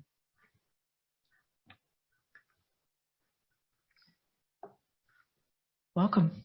Thank you. Well, right now, the only problem would be with COVID, we've cut our hours back. We're closing at 5:30 now. So obviously we wouldn't hit any hours of darkness, maybe half an hour.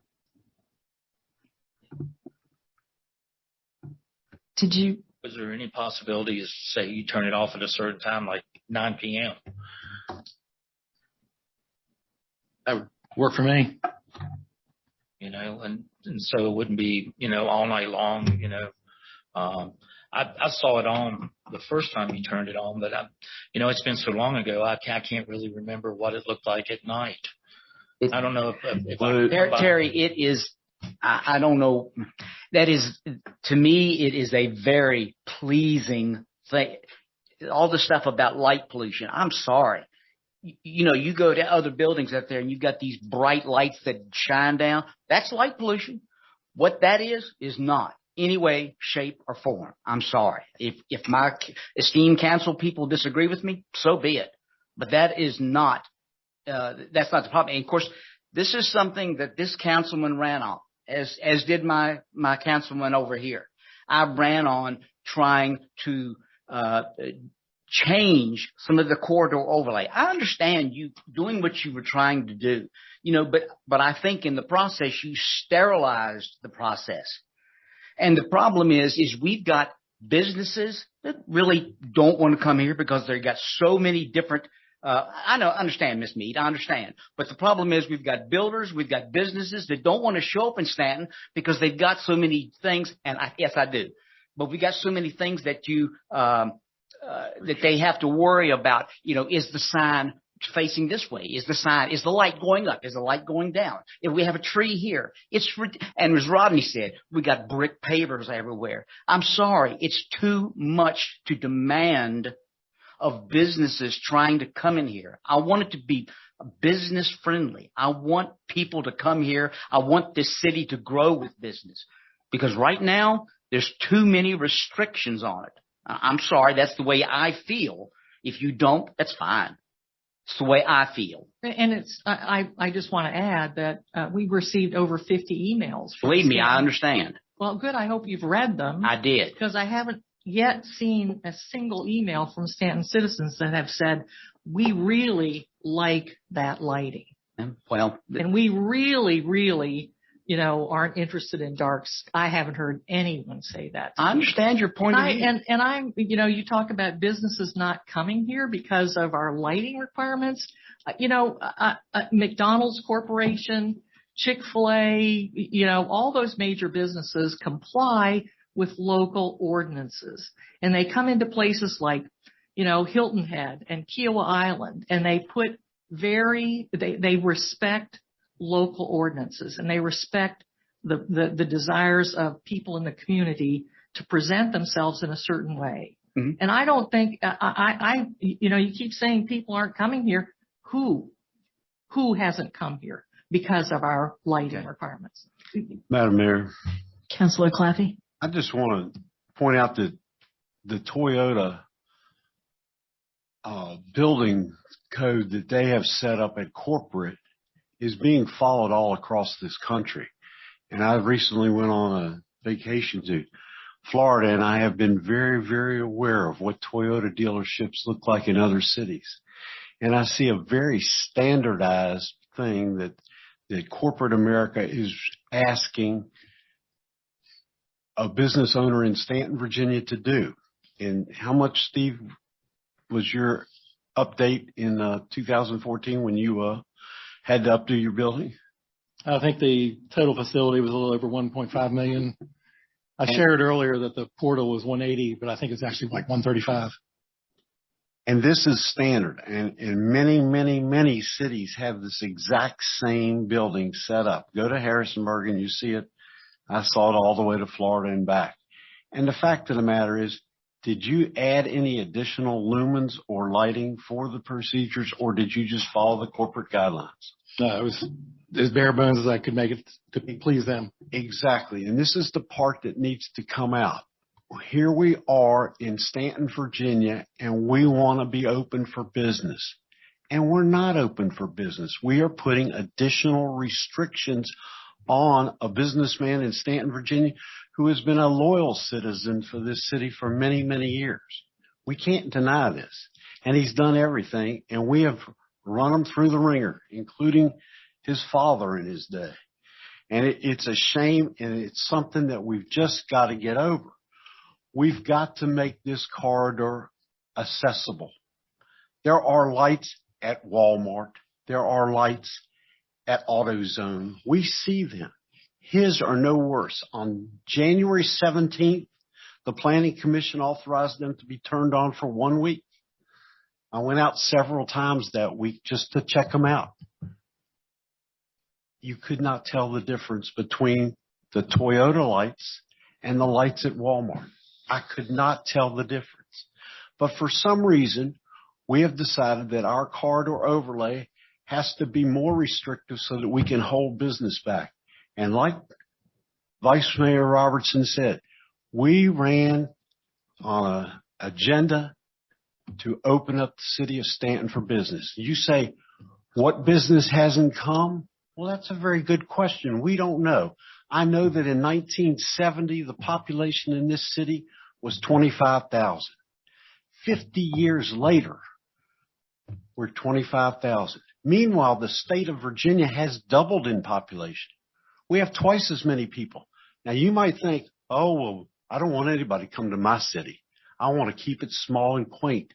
But the truth of the matter is, folks, we have to have population in order to make our city grow, to expand our tax bases, to keep things going.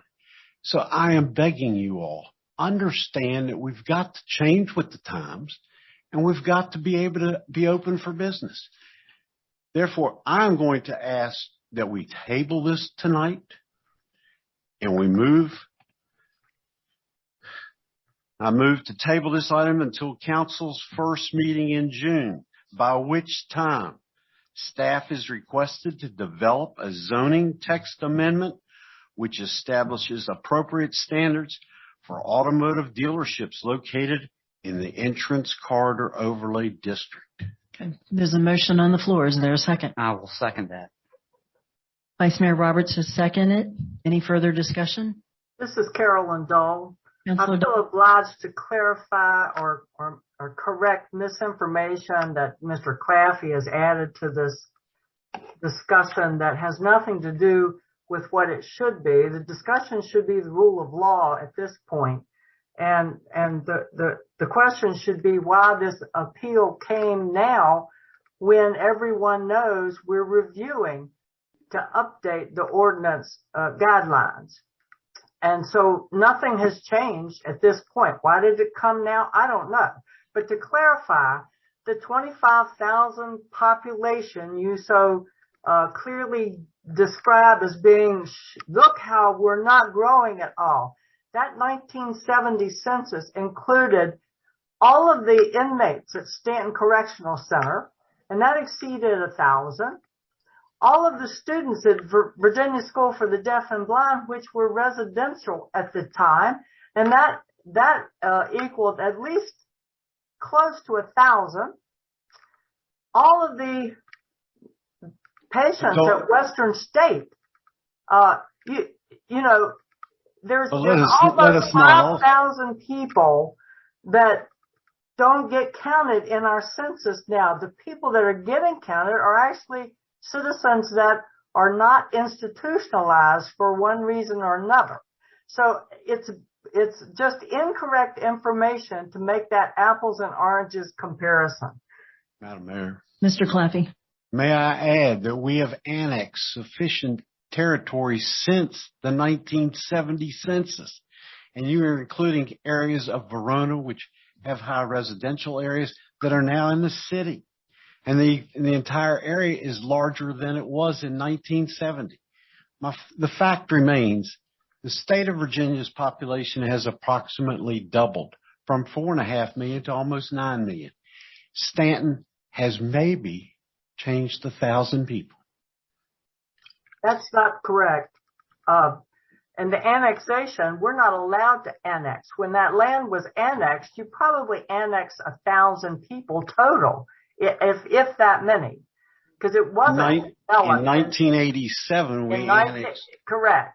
And therefore, I'm referring to the 1970 census and the 2020 census. And I am as well. And you're using apples to oranges, So if you want to use that as a reason to go against the rule of law, which you seem to favor doing whenever your friends, have an inclination, I think we need better data than your assumptions. Is there any further comments? I just have one. I think we should table this until Rodney and them can possibly making either some exceptions for car dealership. Yeah, but I still think that there's a lot of rules on the overlays that should be enforced. Like the pavers. I mean, just think of the runoff and stuff from all these parking lots and stuff. All that stuff should be part of our. I think that should be part of our commitment to the environment and everything. But I do think that maybe we should give Rodney a chance to look this over instead of just making a decision right now. And that is exactly what my motion states. It says table this item until council's first meeting in June, by which time staff is requested to develop a zoning text amendment which establishes appropriate standards for dealerships, automotive dealerships, for the entrance corridor. That's exactly what I'm asking for. I am not trying to overturn any rules at this point. I am tabling this matter until we can have the appropriate people analyze the situation. But we are moving forward on this item, and we're not going to ignore it. And I want to apologize to Mr. McDonough, who has been put through the ringer for the past 8 years. Why he can't run a business the way everybody else in America can run a business. Thank him for staying in Stanton. Right. I have a question. I have a question. Hold on, Councilor Darby. I have a question for Mr. Rhodes, actually. Sorry, Steve. It's Mr. Heartless. but how did I understand there's always room for human error, mistakes happen, but any idea how this happened where you just found out that there was a problem with the figures? Size of the building. I mean, how did that happen? Mr. McDonough? Yes, that was a honest mistake. First, our GIS showed the road frontage as 400 feet. When staff was out there yesterday, I believe, taking some measurements, Mr. McDonough says, I think I got more road frontage than that. So they ran a wheel around along the property line, and then we searched for a survey and found a survey that showed 460 feet. And this property zone B2, in the B2 district, you allow 2 square feet for every linear foot of street frontage. So that added 120 more square feet that he could have. So that's significant. And the other one was a more obvious mistake on my part. I had some pretty good measurements on the size of the portal, the width of it, the height of it. So I measured the width times the height. And then yesterday, looking at a picture of that portal for the 3,000th time, and I was like, there's a giant hole in that, a 12 by 15 hole. 180 square feet that I counted as signage. That certainly is nothing. I could not consider that signage. So it was an honest mistake. That's fine. And I'm not trying to put you on the spot there. I just had to ask the question. Oh. I have a question of Mr. Councilor Blair. Meade? The process that Mr. Claffey has proposed, is it realistic for that process to take place in the time frame that he's suggesting? Does the Planning Commission have to meet and approve it? Does there have to be a public hearing? Could you go through that, please?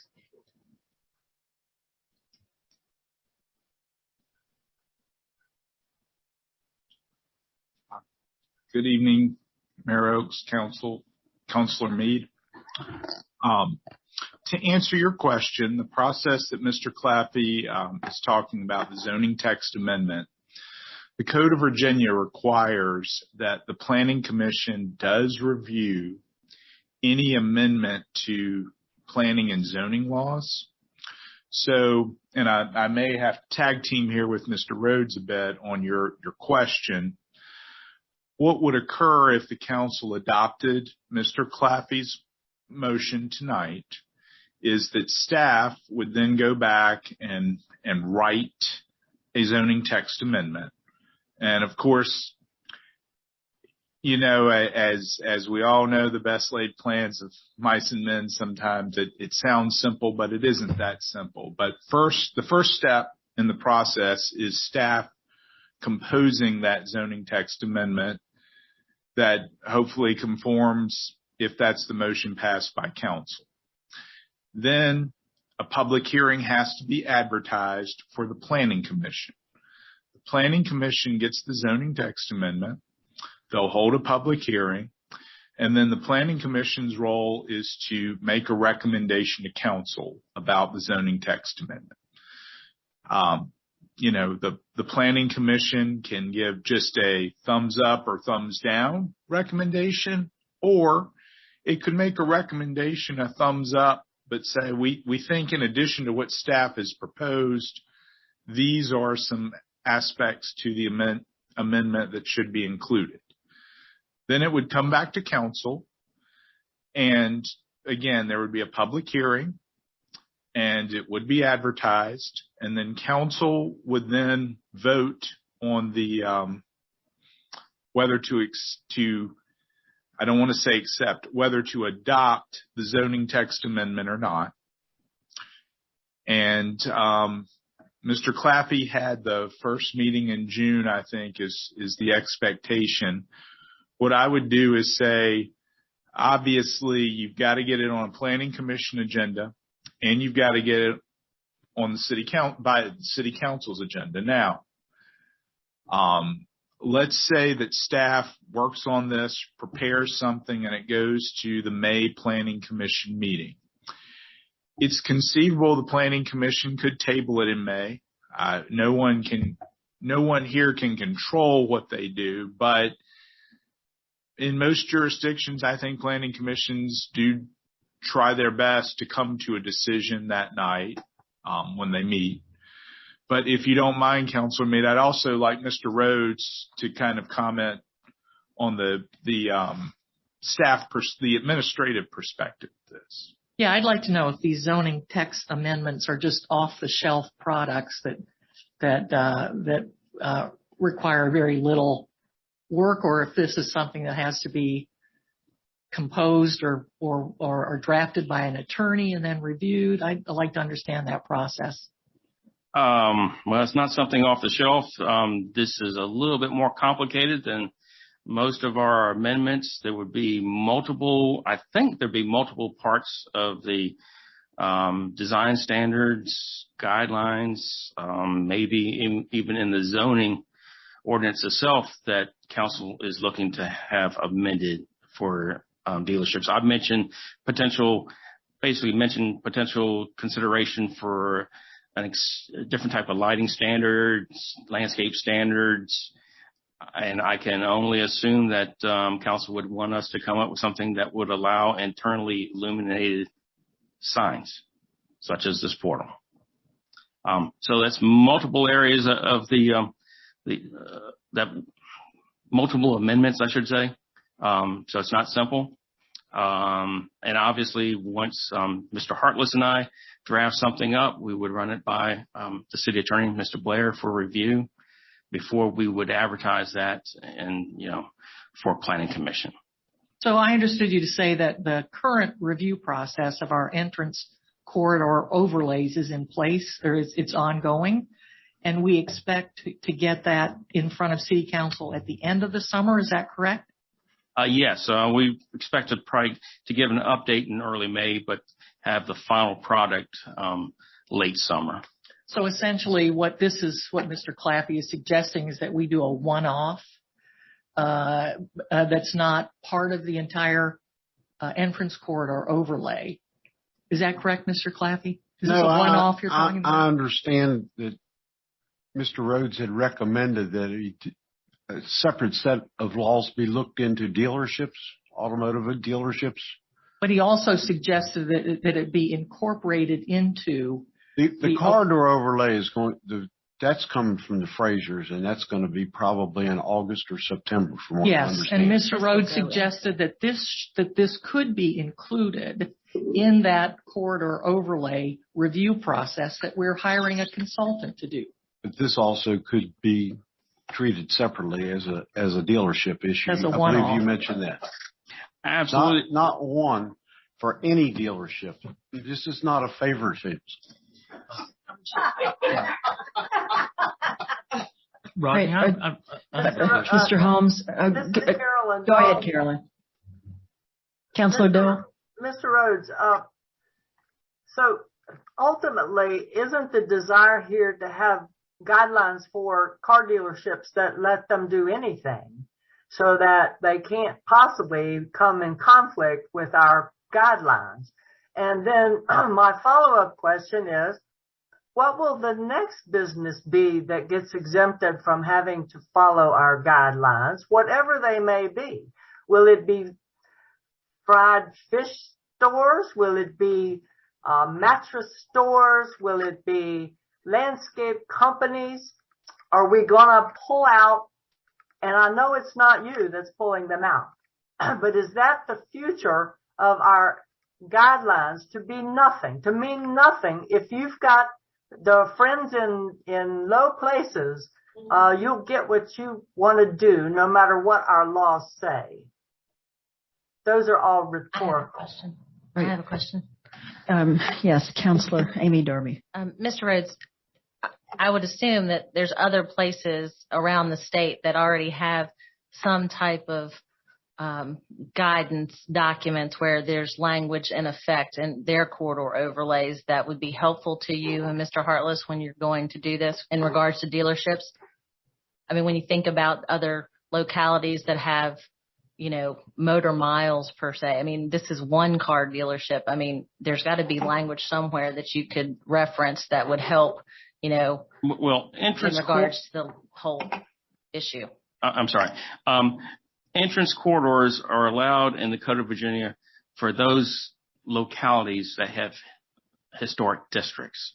So that doesn't include every city in Virginia. Do you know of any that do, off the top of your head, that have language already existing that's in a historic district?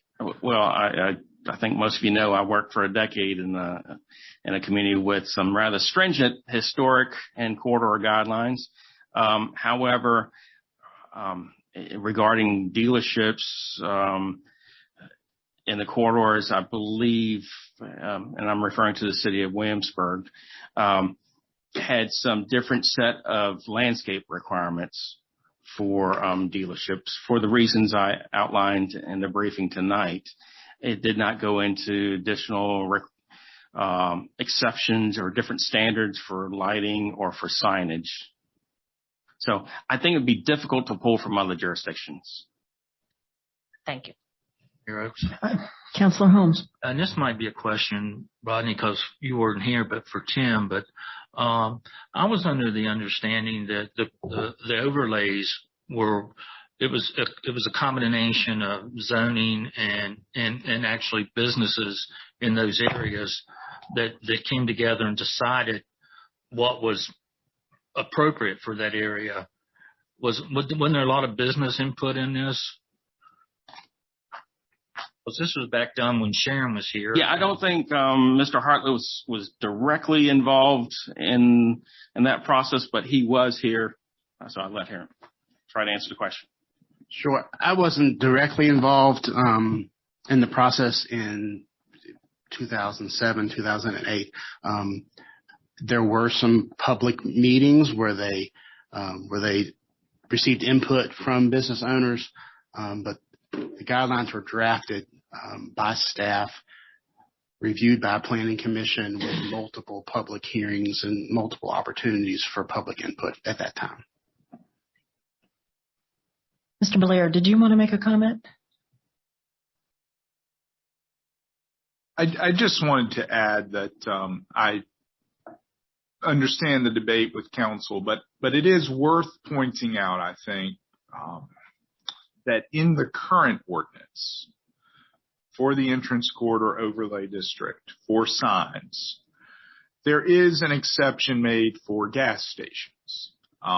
Now, obviously, it's a policy decision for you all to make, but I think in the spirit of transparency, it is worth pointing out that in the current code, you have, it's 30 feet, I believe, for a sign, but for gas stations, because they are a different type of business that requires actually showing the price of gas, they are given an additional 20 feet of signage in the entrance corridor overlay.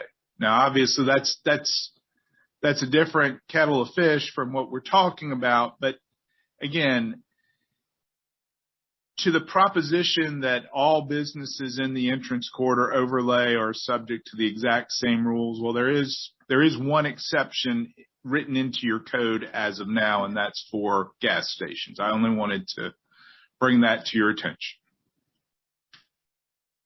All right, Mr. Kessiker, please call the roll. Ms. Mead? No. Ms. Darby? Yes. Mayor Oaks? Aye. Vice Mayor Robertson? Aye. Ms. Dole? No. Mr. Holmes? Aye. Mr. Claffey? Aye. Motion carries. All right, thank you. That takes us to item C, a discussion of the new direction for the city council hiring the new city manager.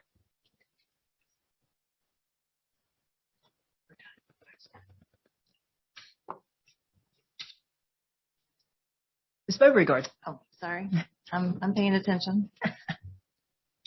This was an item that was requested by Ms. Mead, so I will allow her to start the discussion if you don't mind. Thank you. Yeah, thank you. I'm happy to do that.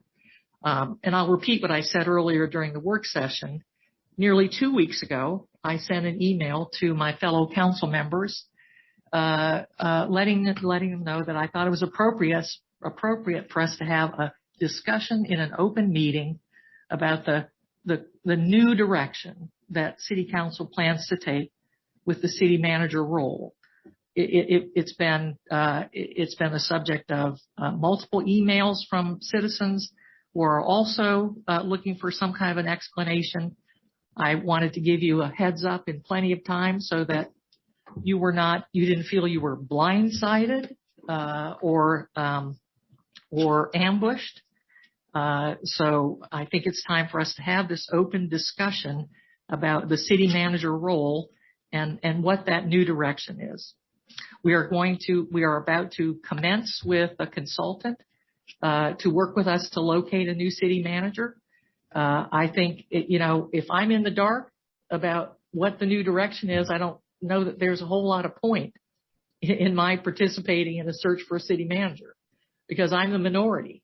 And so if I understood better, then we could all row the boat in the same direction. But I don't understand. I don't know. So I'm asking you that. Okay. Are there any comments or questions for Councilor Brenda Mead?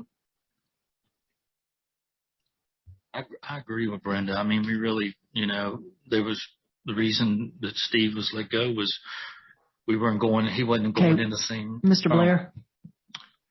And again, and I'm not sure, Mr. Holmes, if you were here, Councilor Holmes, but what I did ask the council, Ms. Mead asked for some ground rules, and I said that it's best not to mention individual employees.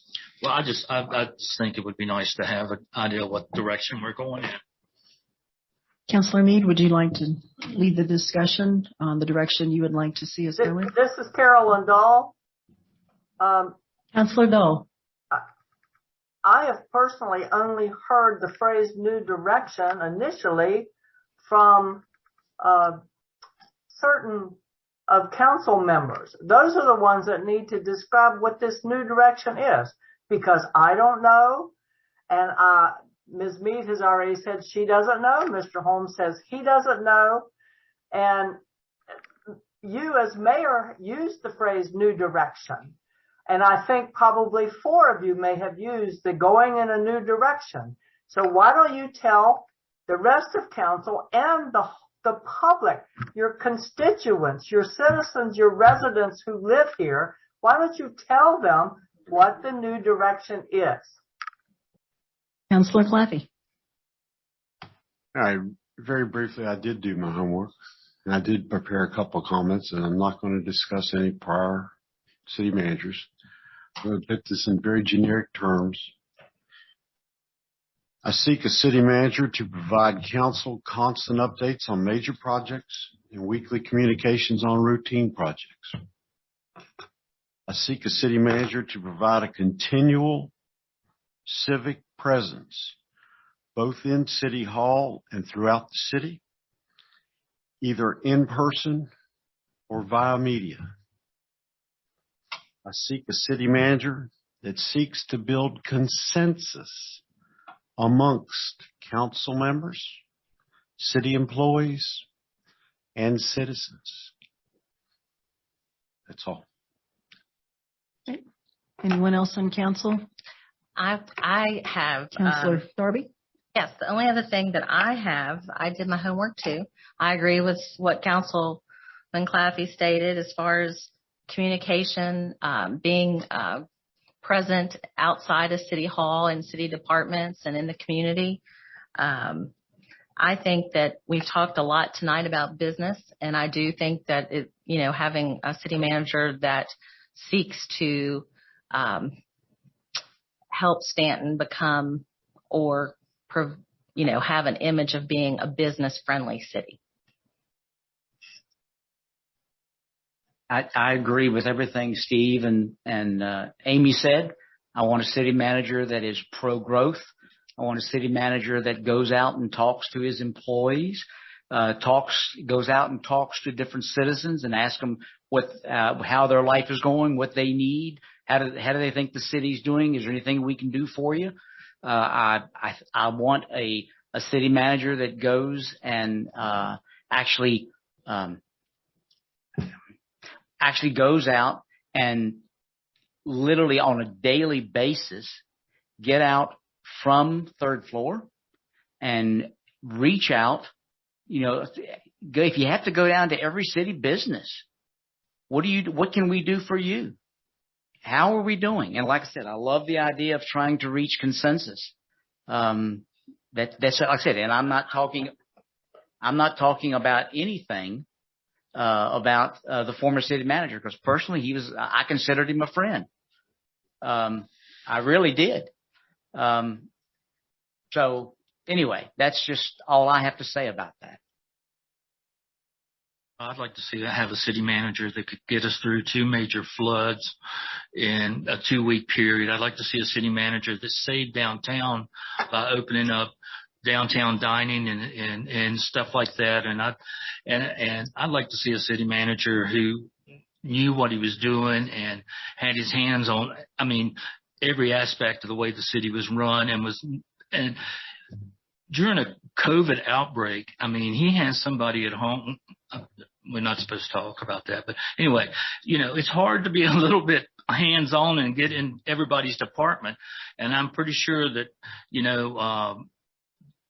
that was never a problem with our previous manager. This is Carolyn Dole. Councilor Dole. I know that you've made comments in relation to a city manager, but the reality is you campaigned on going in a new direction, all of you. And so I'm curious what that new direction is. Outside of who we hire as a city manager, what is this new direction? Are we gonna bring in a casino? What's the plan? I want to hear what that new direction is. Are we gonna not pave streets anymore? Are we closing down our school system? I would think in the past what we had support for our education system. We had support for the library. We had support for the fire department and the police department and the public works department.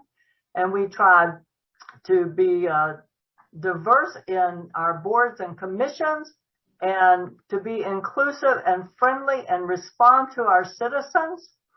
So I'm curious what the new direction is that goes away from all of that. Any comments by council members?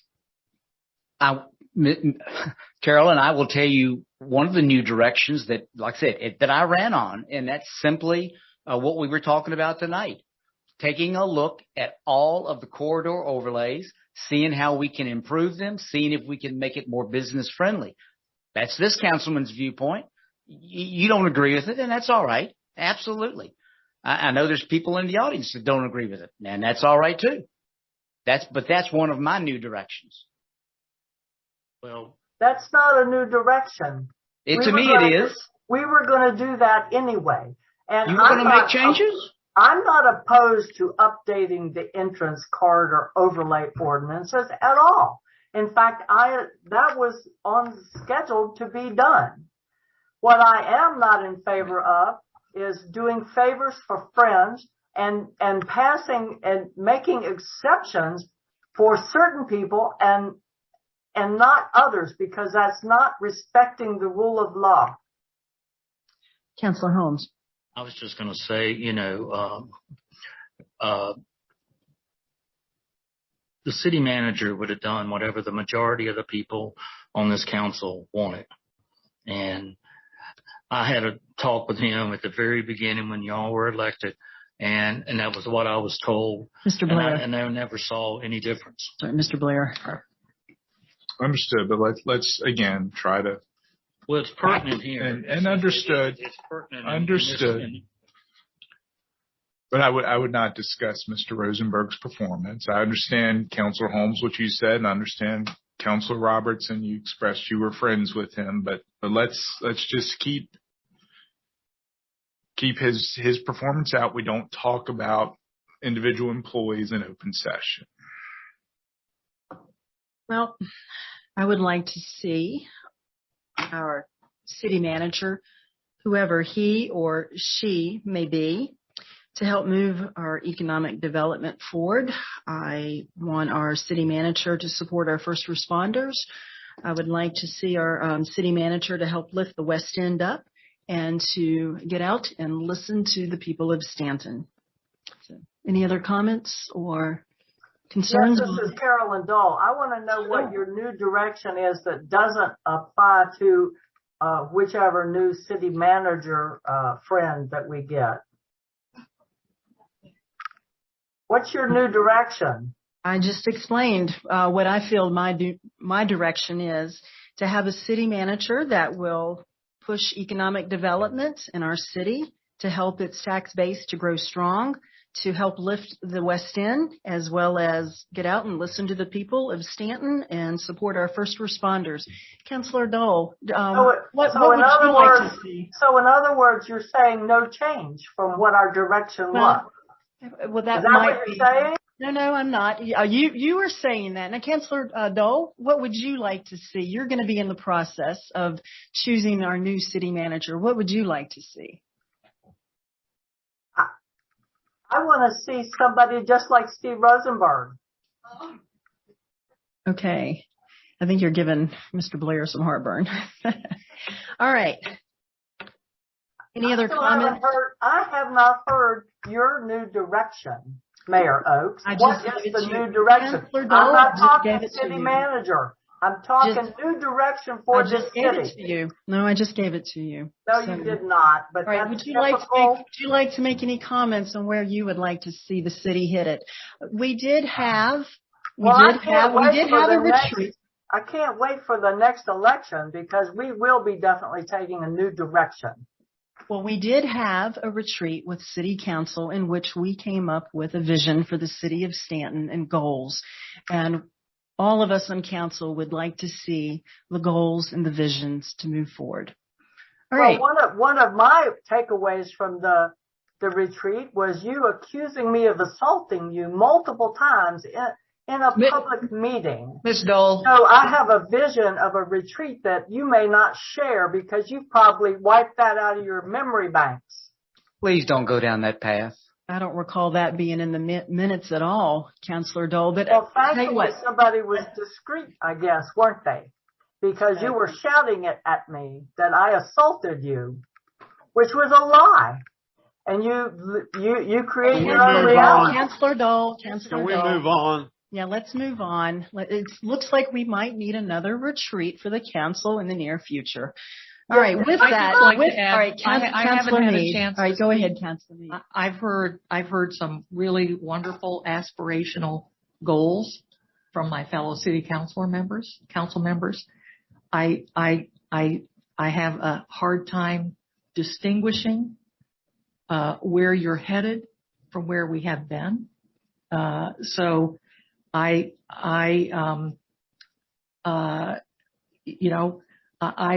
said it in public that I think some of this comes from the inexperience of some of my colleagues on city council in their expectations of what the role of a city manager is versus what the role of a city council is.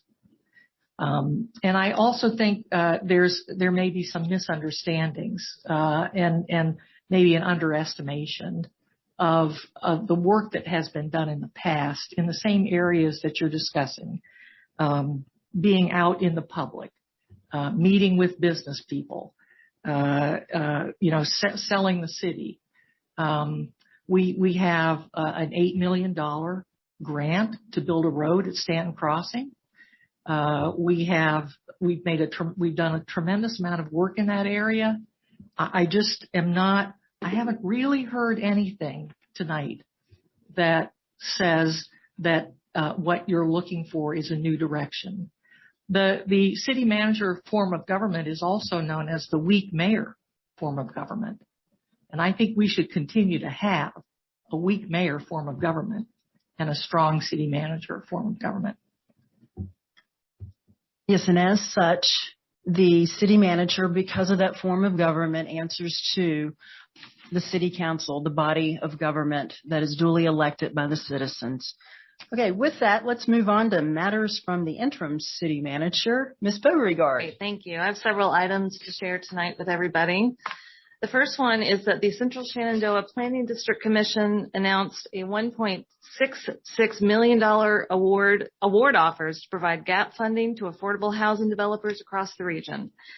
These grant funds were made possible through Virginia Housing's PDC Housing Development Program, which is a pilot program that supports regional affordable housing initiatives. 2 housing initiatives in the city will receive grant funding. The Valley Supportive Housing in the amount of $325,000 for the Pump Street Apartments, and Habitat for Humanity in the amount of $125,000 for the Ace Street Neighborhood Project. So those are very exciting projects and grants. Second item is that Stanton is again being honored as a Tree City USA by the Arbor Day Foundation. And this program recognizes municipalities that have active tree planting, tree care, and tree preservation programs. And this is the 26th year Stanton has received this award. To qualify for the award, a locality has to satisfy 4 requirements. We have to have a tree board or department, which in Stanton's case is the Parks and Recreation Department with the Landscape Advisory Committee. It has to have a tree care ordinance, a community forest program with an annual budget of at least $2 per capita, and finally, an Arbor Day proclamation and observance, which will happen next month. I want to publicly express my appreciation to Mr. Matt Sensabaugh, city horticulturalist, and other members of the Parks and Recreation staff for the good work they do all year. And may I interrupt just a second Yes, and add that we should also thank Shenandoah Green for the work they've done in our community. Oh, yes, thank you so much. Yes, that's a wonderful thing to add. Thank you, Ms. Meade, for doing that. The next item is the question did come up about the city regarding our flood mitigation efforts. I just want to provide a quick overview because when we review your strategic plan next month, I'm going to provide more information. This is one of the strategic areas that came out of your strategic planning. First is the weather sensors warning system. These are going up throughout the city. Staff is continuing to do this effort, and we're working with Wiley Wilson to find locations and the school system to find possible placement of sensors on city facilities. The design for maintenance and improvements of the existing tunnel system is listed in the CIP as not scheduled, not funded, but perhaps there would be some grants down the road, so we'll be looking for those as well. And again, that's just for design. That's not the $7 million project. That's just for the design piece. The flood shields is kind of in the same boat. That's not scheduled, not funded. But again, we can work with the CSPDC to possibly pursue some grant funding for that this fall. And as far as Ms. Meade's question about public information, staff is currently working with the CSPDC to promote some of their existing efforts, which are very informative. So we're going to push those out rather than reinventing the wheel. We'll push those out. And in fact, if you go on our webpage right now, you'll see that it's Flood Week, I think, March 13th and 19th, and so people can get information about that as well. Flood Awareness Week. In addition to that, there is a stakeholder meeting on the Cole Avenue Stream Restoration and Flood Detention Basin Program. Property owners within proximity of that area have been notified. That is scheduled for March 22nd. And if we have successful buy-in from these stakeholders, staff will begin design phase immediately with construction to start in late 2022 or early 2023. And the Gypsy Hill Park Stream Restoration is approved to go with a 90% design with construction scheduled for 2024. So that's just a little taste of some of the efforts, and we'll talk in more detail about that next month. Next, Visit Stanton has received the Bronze Award, is the Bronze Award winner for the 30th Annual North American Travel Journalist Association Award Competition for our Stanton Visitors Guide. This awards competition honors the best of the best in travel journalism, photography, and destination marketing that cover all aspects of the travel industry. And to quote from the award letter, for 30 years, the NATJA Awards Competition has recognized excellence and creativity in destination marketing. Given the challenges the last 2 years have presented, this year's winners provide inspiration and hope and armed readers with knowledge for when they are ready to travel. You can be proud to know that your destination's work exemplifies the best in destination marketing for 2021. I want to thank our small but wonderful tourism department led by Cheryl Wagner for their continued hard work and creativity, and to congratulate them for this honor. To follow up on Ms. Darby's question earlier about the audio of meetings, we are caught up to as of January 13th, and so work will continue on that, so that's good. And then the next question, just to quickly address the paving schedule. I know this is of particular interest. The weather's getting warmer. We have quite a bit of snow. There's also been some work done by Columbia Gas around the city. That schedule is being developed and will be shared with council soon, so you can expect to see that fairly soon. And that's all I have this evening for my report. Thank you. All right. Thank you. Thank you. All right. The next item is matters from the public. I get to read the condensed form. Right. This part of City Council's agenda is entitled Matters from the Public. It is a time that Council sets aside to hear from citizens and others about a wide variety of subjects. A copy of the Stanton City Council's Matters from the Public rules are available in paper form at the clerk's desk and online at the City of Stanton's webpage. You are asked to familiarize yourself with those rules before commenting. Please come to the podium or begin your call, identify yourself, and complete your remarks within 5 minutes. Now, I'll start with the audience first, and then we'll go to the Zoom, and we'll just go back and forth. All right. With that, Matters from the Public is open. Hi, welcome. Hi. Joanne Tigert, 913 North Augusta Street. Y'all know me. Why is Stanton on so many lists of the top small cities in the United States, especially in Virginia? Why? We've got art galleries, we've got music, we've got Heifetz, we've got the Stanton Music Festival, just to name a couple. I can't even think of all of them. We've got our beautiful brick streets, our beautiful downtown with small shops. We've got drama. We've got drama not just here in the council. We've got drama in Shenandoah Shakespeare. We've got Queen City Mischief and Magic, which I'm glad to hear will be back. We've got 4th of July. Woo! Yeah. We've got the beauty of our downtown. It's unmatched. It's written up in how many magazines? Stanton, Virginia, one of the best downtowns in America even. I mean, definitely in Virginia. We've got small stores. We're a Tree City, USA. We've got downtown dining even outside in the street, which is awesome. It was brought by COVID. Not glad we had COVID, but downtown dining outside is great. We've got Gypsy Hill Park. Nowhere, I don't think anywhere has a park like Gypsy Hill Park. I didn't grow up here, but I was brought here as a kid and rode the train as a little kid. It's that old. It's awesome. I can't wait. I hope it's running this year so I can take my he'll be three-year-old grandson and a baby girl on that train this summer. Hope so. Anyway, absolutely nowhere have I read or heard anyone exclaim the beauty of McDonough Toyota's lighting. Have you? No. You know, the Planning Commission has turned them down, I'm not sure how many times. The Planning Commission has a job. They've been given that job to make that decision. Why do we doubt them? We gave them that job. You gave them that job. I don't know why we doubt their ability to make the decision. I don't know if it comes down to money, friendship, clubs that people belong to. I have no idea. But I don't know why it's up for debate. The Planning Commission should be able to make their decisions, and that should be that. I don't understand. I think that the Planning Commission's decision should stand. I don't know what that was. But anyway, I don't think that it should be up for another decision. I think the Planning Commission has spoken. I think that's the way it should be. Thank you. All right. Thank you. Do we have anyone with their hand raised in Zoom? Okay. Hi. Welcome. My name is Cindy Connors. I live at 106A Skyline Avenue. Proud resident of the West End. I echo everything that the last speaker said, so I won't repeat what she said. But I stand up here a bit confused as a resident of the West End, and as someone who's been to so many of these types of meetings in my life.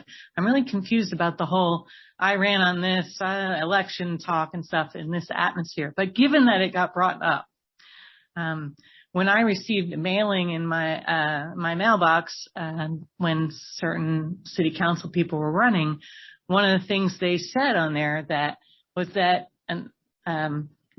you, Mr. Robertson, for one, said that the West End was something that you wanted to improve. I haven't seen a thing happen there. And yet, at this meeting, there was this crazy urgency that we have to light up a Toyota sign. I'm really confused about the priorities there, and I'm disappointed in them. I agree that the Planning Commission did their job. We have a set of rules. We have the entrance corridors are being reevaluated, basically as we speak over the summer. What could possibly be so important that we can't wait on that decision till after the entrance corridor things are rewritten? It's been since 2014 that they built that thing 8 years ago. Why we couldn't wait a few more months is beyond me. I don't understand. I'm very confused by that. As far as the city manager position, one of the things that the mayor mentioned is listening to the people is something that we want the city manager to do. I say that's all of your job. I looked on the internet and it says the city manager's job includes running the day-to-day business of all the departments in the city. I would say that alone is a monumental job, and yet our city manager still managed to be responsive to the people.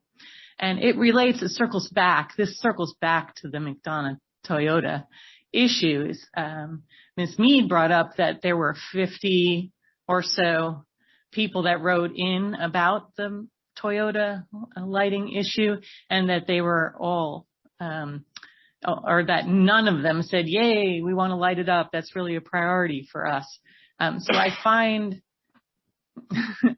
this discussion this evening about it being a pro-business city, but we're going to listen to the people, but we're going to cater to the Toyota. I'm very confused about all of that. It sounds like the people in the city of Stanton spoke regarding the Toyota dealership and that we don't want it lit up like that. So I guess what I'm saying, I'm probably going around in circles, and I apologize for that, but this is kind of a crazy meeting with a lot of input. But what I ask is that the issue of any exemption be incorporated into the whole thing that we're doing with the consultant into the entrance corridor rules, and not have it be arbitrarily done as a one-off, rushing it by June. I also ask that the priorities be returned to what the people, the citizens that live in Stanton want and need, especially on the West End. Thank you. Thank you. Does anyone have their hand raised in Zoom? All right. Caller? Hi, can you hear me? Yes. My name's Allison Profeta. I live on Farrier Court in Stanton. I want to thank the first two speakers. I agree with everything that they said. And I just want to point out that this whole time, especially during COVID, I don't think I've heard any meeting where the amount of time that was just spent on lighting in front of one car dealership, that amount of time has not been spent on housing in this city.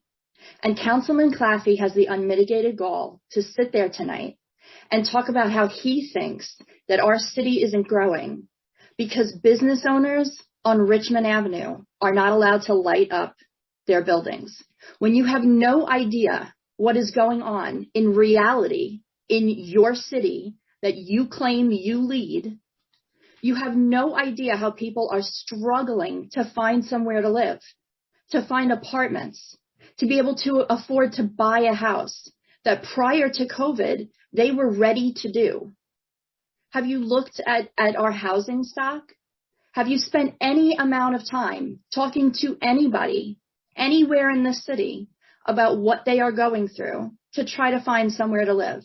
Where do you want this influx of people that you think is going to happen if McDonough Toyota lights up their dealership? Where are they going to live?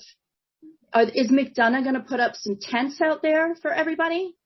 I would really, really appreciate if City Council could spend half the amount of time that they spent tonight on lighting for one car dealership. Spend half that amount of time on an agenda item focused solely on what is going on with housing in your city. And that is a job for city council members, just like the second speaker just said. It is not the job of the city manager to walk the streets every day. When's the last time any of you went to the West End to talk about housing there? Thank you. Great, thank you. Hi, welcome. I'm Alexandra Pitts. This is my husband, Mark. Some of you might remember us. We live at 239 Sycamore Street, known as Mad Max Fury Road. So we are here in pursuant to City Code 10.15.010 to respectfully request the speed limit on our street be lowered from 25 to 15 because of the conditions and special considerations of our road. A few years back, Mary Baldwin got a special use permit to use 2 of our houses on the street as dorms, and we were fortunate enough to have Mayor at a little get-together, and she noted how narrow our road is. As the school has gotten larger, we have more and more traffic. We have people zooming up and down the street. Now, here's the funny story. It isn't about having the police give tickets out. I've lived there for 9 years. No one's ever gotten a speeding ticket. It is about safety. I talked to VDOT. Of course, the first thing they told me was the city is in charge of its roads and the speed limit. However, they said a speed limit of 25 miles an hour on our street due to its conditions is absurd. They also said the road is not wide enough for two-way traffic. I don't expect the police department to come out there and give tickets. The thought is when people come around the blind corner and they see a sign that says 15 miles an hour, they might drive accordingly. We have students who walk in the middle of the street. We have DoorDash. We have 18-wheelers. It's ridiculous. And this is the third time I've come here to try and get someone to do something other than tell me we'll take it under advisement. The police department has run little situations where you drive by and the speed shows up. Well, it isn't about enforcement. It's about safety. That road safety speed limit is about 12 miles an hour. Now I'll let him say whatever he needs. And thank you for listening to me. Thank you. Well, yeah, and we would gladly invite any members of the council who might want to come by and just stand on the road and see it. It'd be nice to come on a Thursday or a Friday afternoon while Mary Baldwin is in session. You would see the volume of traffic and the speed recklessness that it travels. One of the main causes, one of the more recent changes has occurred is Mary Baldwin going co-ed. And so now we have 18 and 19-year-old boys with very high, powerful cars on this road who have a little more ego than I think maybe that the girls have at that time. We just found out that Domino's and Mary Baldwin uses our address for pizza. So we had 35 orders to my house every week. Oh. I called the police and they said it's a nuisance. I'm like, well, actually, it's more than that. Yeah. But sorry. Right. He's used to me interrupting. I'm sorry. Great. They made me think of something I was thinking of. One thing I think you would really say, the last heavy snow we had there, engine number 1 from station number 1 was stuck in front of our house for slightly over 3.5 hours. And this is a video of him. We spent 3 hours shoveling snow out, and one of the issues is, and since then we went to Building and Grounds, I guess, or Public Works, and talked to them.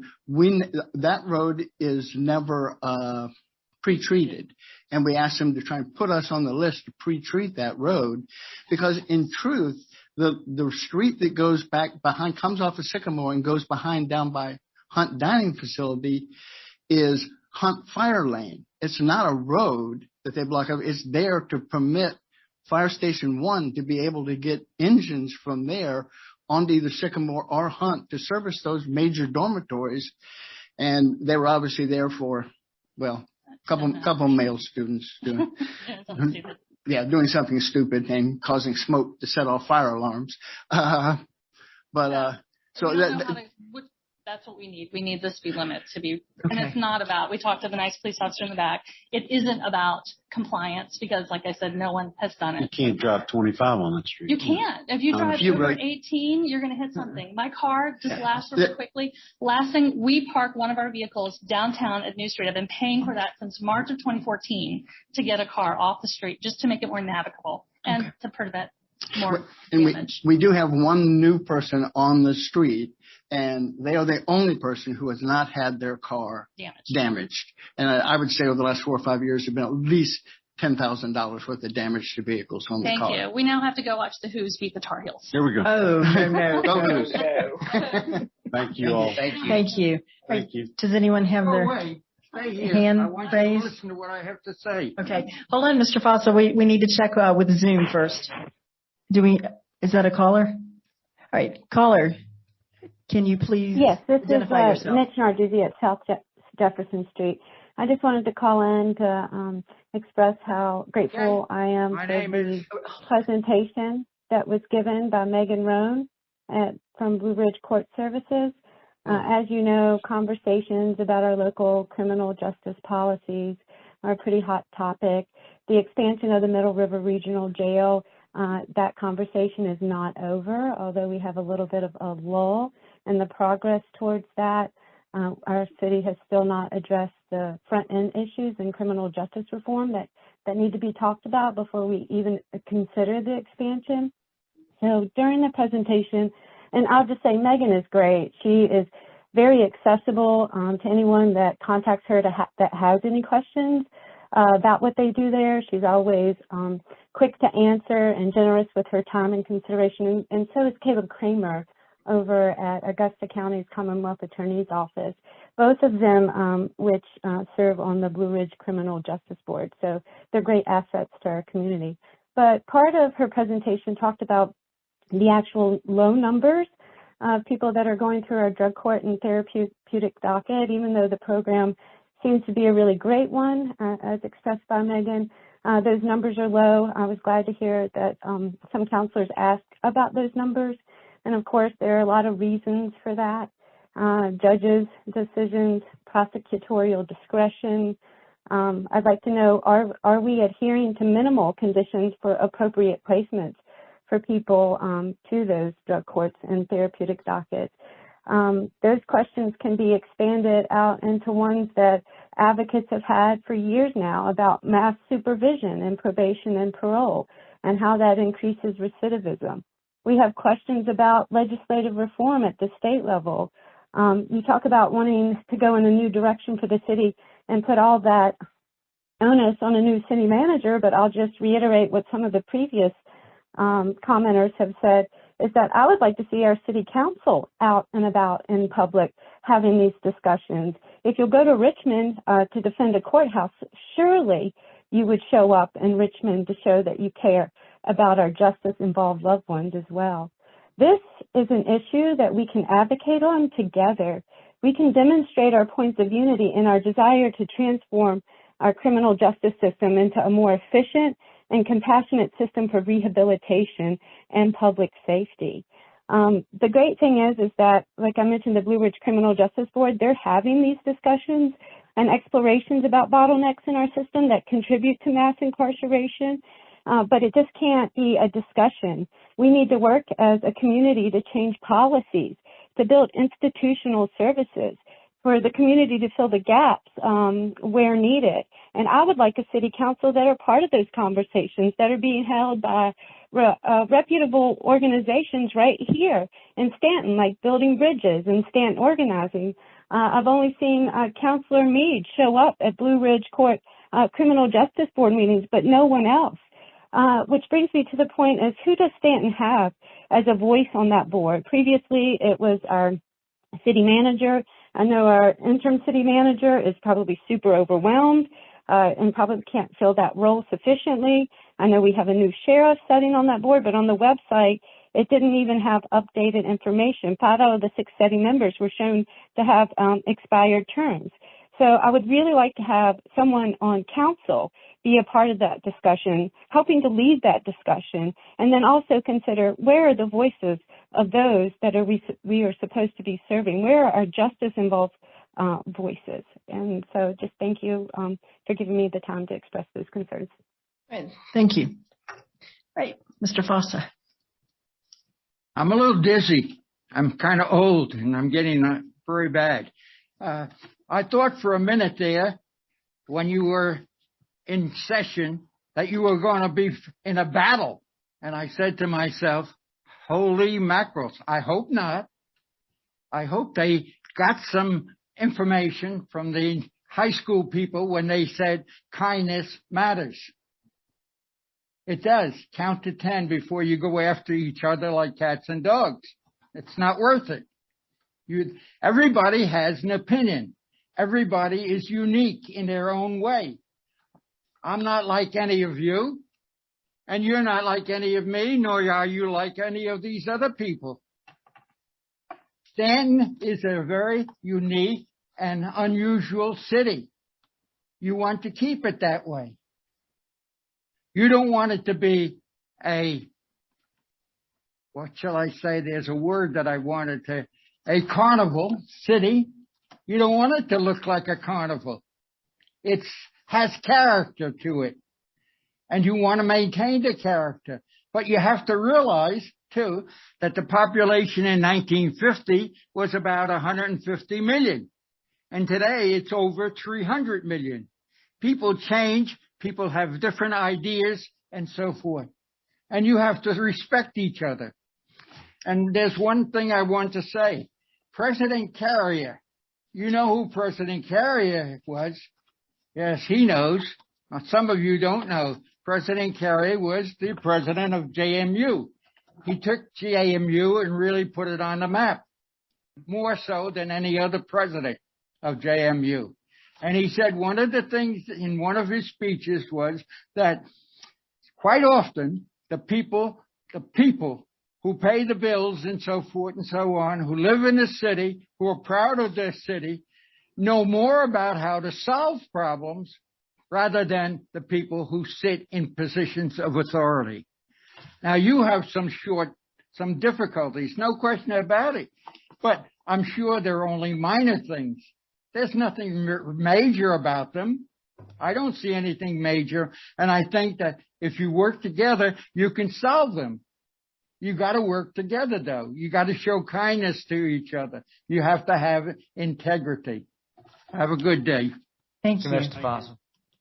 Right. Do we have anyone with their hand raised? All right. Hi. Welcome. Good evening, members of council. My name is Jared Harlow. I'm not a full-time Stanton resident, but I spend about a third of my life at 302 Rupert Avenue at Fire Station 2, so I'm like a part-time West End resident. Here for some positive news tonight. I just want to come say thanks to you all. First, thanks to Ms. Beauregard for acknowledging our fire chief and recognizing next meeting with the award from the governor. I'll be on shift that day, so I won't be able to attend, but the next day after last meeting, while I was at work, we ran into a citizen at the grocery store, and she expressed how proud she was to live here in the city and how proud she was of our fire department here. So I just want to say thank you for that. And also thank you to council for the way you all support us day in and day out. I'm sure you guys have seen on social media, it's been an incredibly busy fire season for us. Actually, when I was on my way here, our units from downtown Station 1 and Ladder 1, or Engine 1 and Ladder 1, operated on a second alarm fire just south of the city, assisting Augusta County. So we've, since November 28th, we've run about 20 working fires, which is an incredible number for a fire department that staffs 2 engines and a ladder company. That's something that you typically see in, an inner city. West Baltimore, DC, those type of numbers that our 3 companies are running. So just wanted to thank you all. Something you guys may remember is allocating the funding to provide us with 2 sets of gear. I know a few times throughout the past months, crews have felt like we just come to work in the morning, wash our gear, clean equipment, change out to our second set of gear, go to a fire all night, and then repeat the process the next day. So without you all, that wouldn't be possible. So our deepest gratitude to all of you for working and all the things you do for the city and the things you do for our department. So thank you. Thank you, Jared. Thank you. Thank Stay you safe. for everything you do. Does anyone have their hand raised? All right. Hi. Welcome.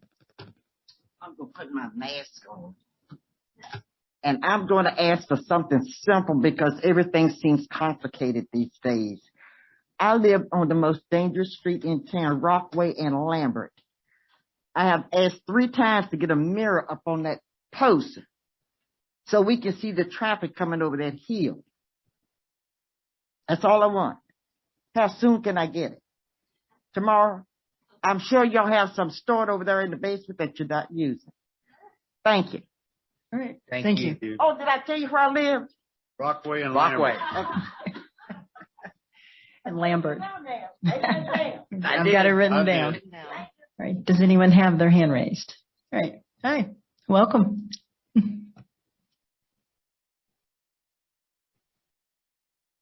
Mayor, City Council, my name is Paul Kazaroff. I live on 111 Madison Place. I attended the work session, and I was watching City Council. And somehow I felt I had to drag my carcass down here and say something. What I want is to come here and congratulate all of you, but I can't. And some of the reasons that just jumped out at me is that while I was at home, you talked about consensus. I think consensus is great. I love consensus. But I've seen anything but consensus on this council. And right after the word consensus was spoken, I saw a note being carried from one city council member to another, and there were 4 of them. There was no one that passed it to the 5th or the 6th member that were here. Is that consensus? Yes, I wish I could say there was, but there isn't. And you know, your job is to work for us. And I don't think you're doing a good job right now. Maybe you are doing some things right, but when you don't have consensus, you're not really working for us.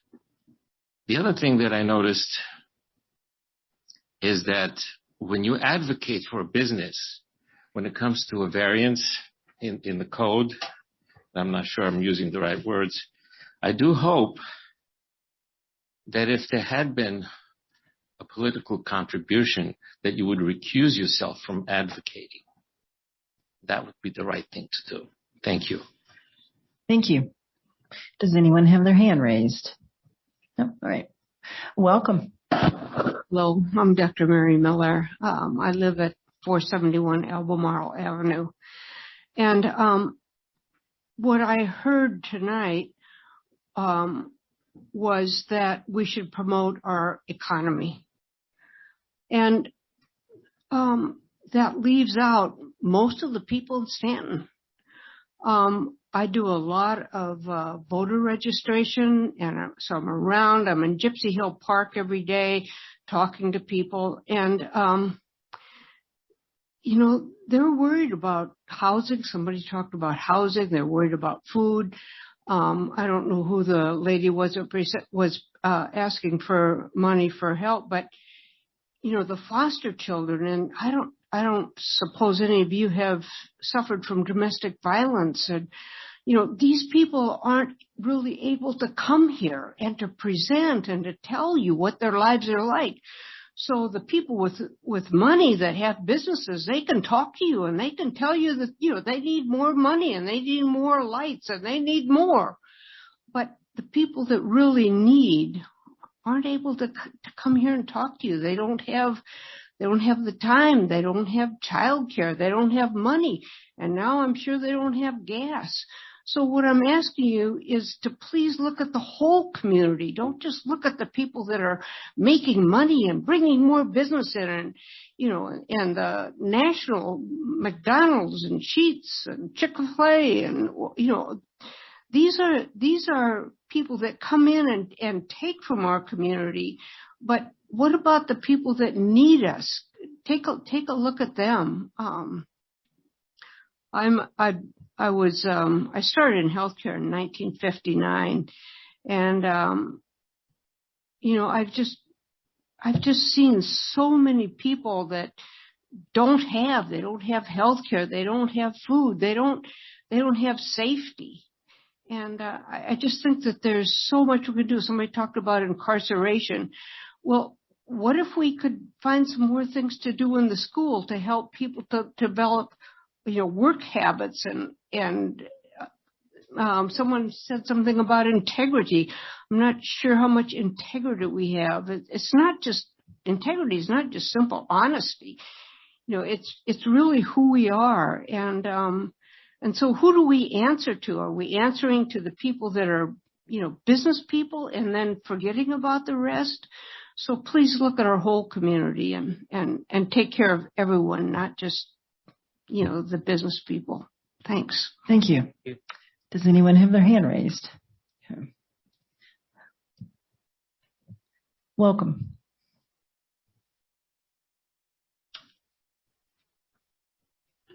Hi, Yvonne Wilson, 2017 First Street. I'm only going to be a little brief, but there is a lot of talk about consensus and unity and how we need to work together and how we need to look at everyone in all walks of life, wherever they are, wherever they stand, wherever they sit, right? Okay. And then we leave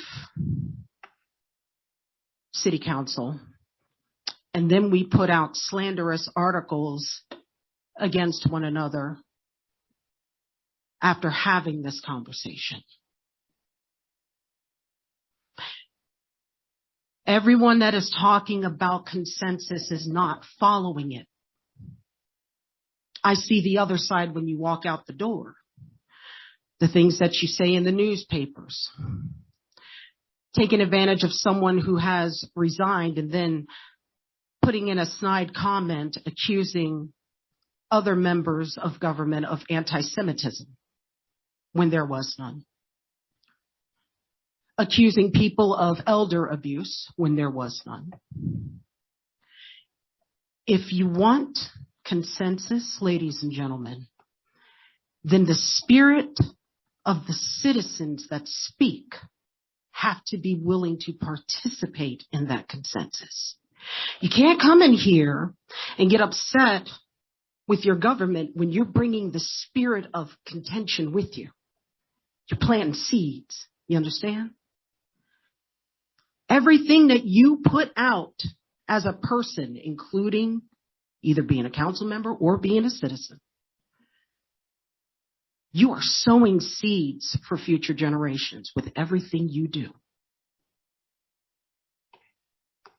For those of us who are Christian, we believe that what we do, it comes back. Whatever you sow, you shall reap. For those who believe in reincarnation, whatever you do in this life, you will pay for it in the next. You can't get away from that at all, anywhere, at any time in your life. You know what I want to see? I would love to see a city that is not hypocritical. I know it's impossible to do because we're human, and I understand that. And I'm not perfect by it by any means. But if you don't pay attention to how your spirit goes into things, then it's going to smack you in the face when it comes back at you. I want to see more consensus spiritually. And I'm not talking about religion. I'm talking about following the golden rule. Everyone knows what it is, right? I'm pretty sure y'all heard it in Sunday school. Treat others how you want to be treated. And I see a lot of talk in here about how people want to be treated, but they don't go out and do that thing.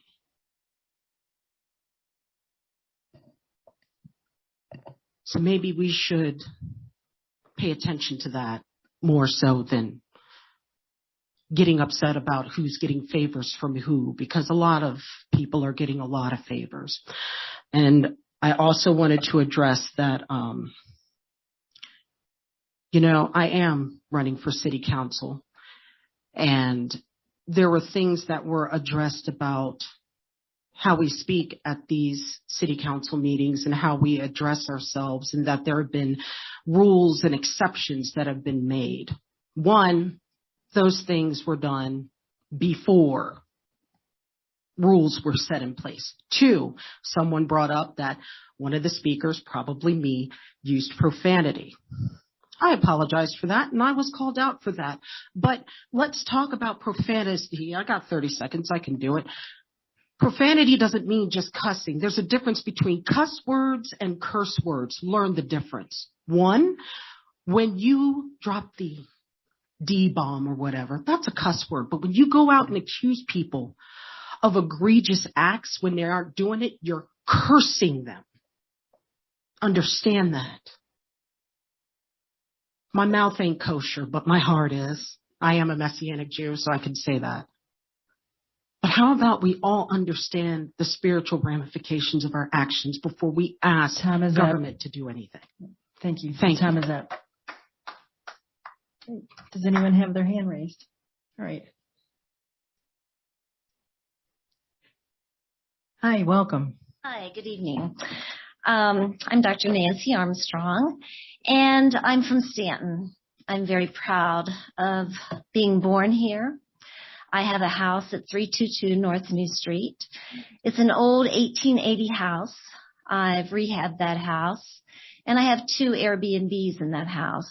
I have people coming from Richmond, from Washington, and I always ask them what they like about Stanton, and they like the town. We're a friendly town. We have good restaurants. They always like Mill Street. And they walk the streets, and they like that. They feel safe here. And I think we have many things that are going for us. I walk the streets a lot, too. I have a dog. So I used to be the old lady that walked the street by myself. Now I have a dog, and she pulls me around the street. So, I'm out and about a lot, and I appreciate that. So 2 weeks ago, you voted for more housing to be built on the Middlebrook Road. And I was interested when someone said, and I think it was you, Mrs. Neat, that said, do we have sidewalks? So I thought, well, I'll go out there, and I clocked from Pump Street to Middlebrook, it was 0.6 miles, so that would be a lot of sidewalks. But then I took the opportunity to drive up in the neighborhood. I didn't see sidewalks, but more importantly, that is an affordable housing, correct? And you just voted for 82 more units. What I didn't see basketball courts. I didn't see a swimming pool. I didn't see a community center that was obvious, for people to get together, for children to go and have help with homework. I didn't see a place where people could come in and help the residents with banking or with their financial needs or with counseling needs. I heard, the lady on the phone say that. So I don't feel that we finished our job. I feel like we need to provide services. Now, you just voted for 82 more units to be built in that area. Could we not build something for the children and for the people? Even seniors need help with computers. Lord knows every time I get on the computer, my password has expired or I can't remember it, and I need help. It usually takes me about 30 minutes to get a new password. So I'm sure that there are other people that need that type of help. Now, I just heard from you tonight that we got a grant.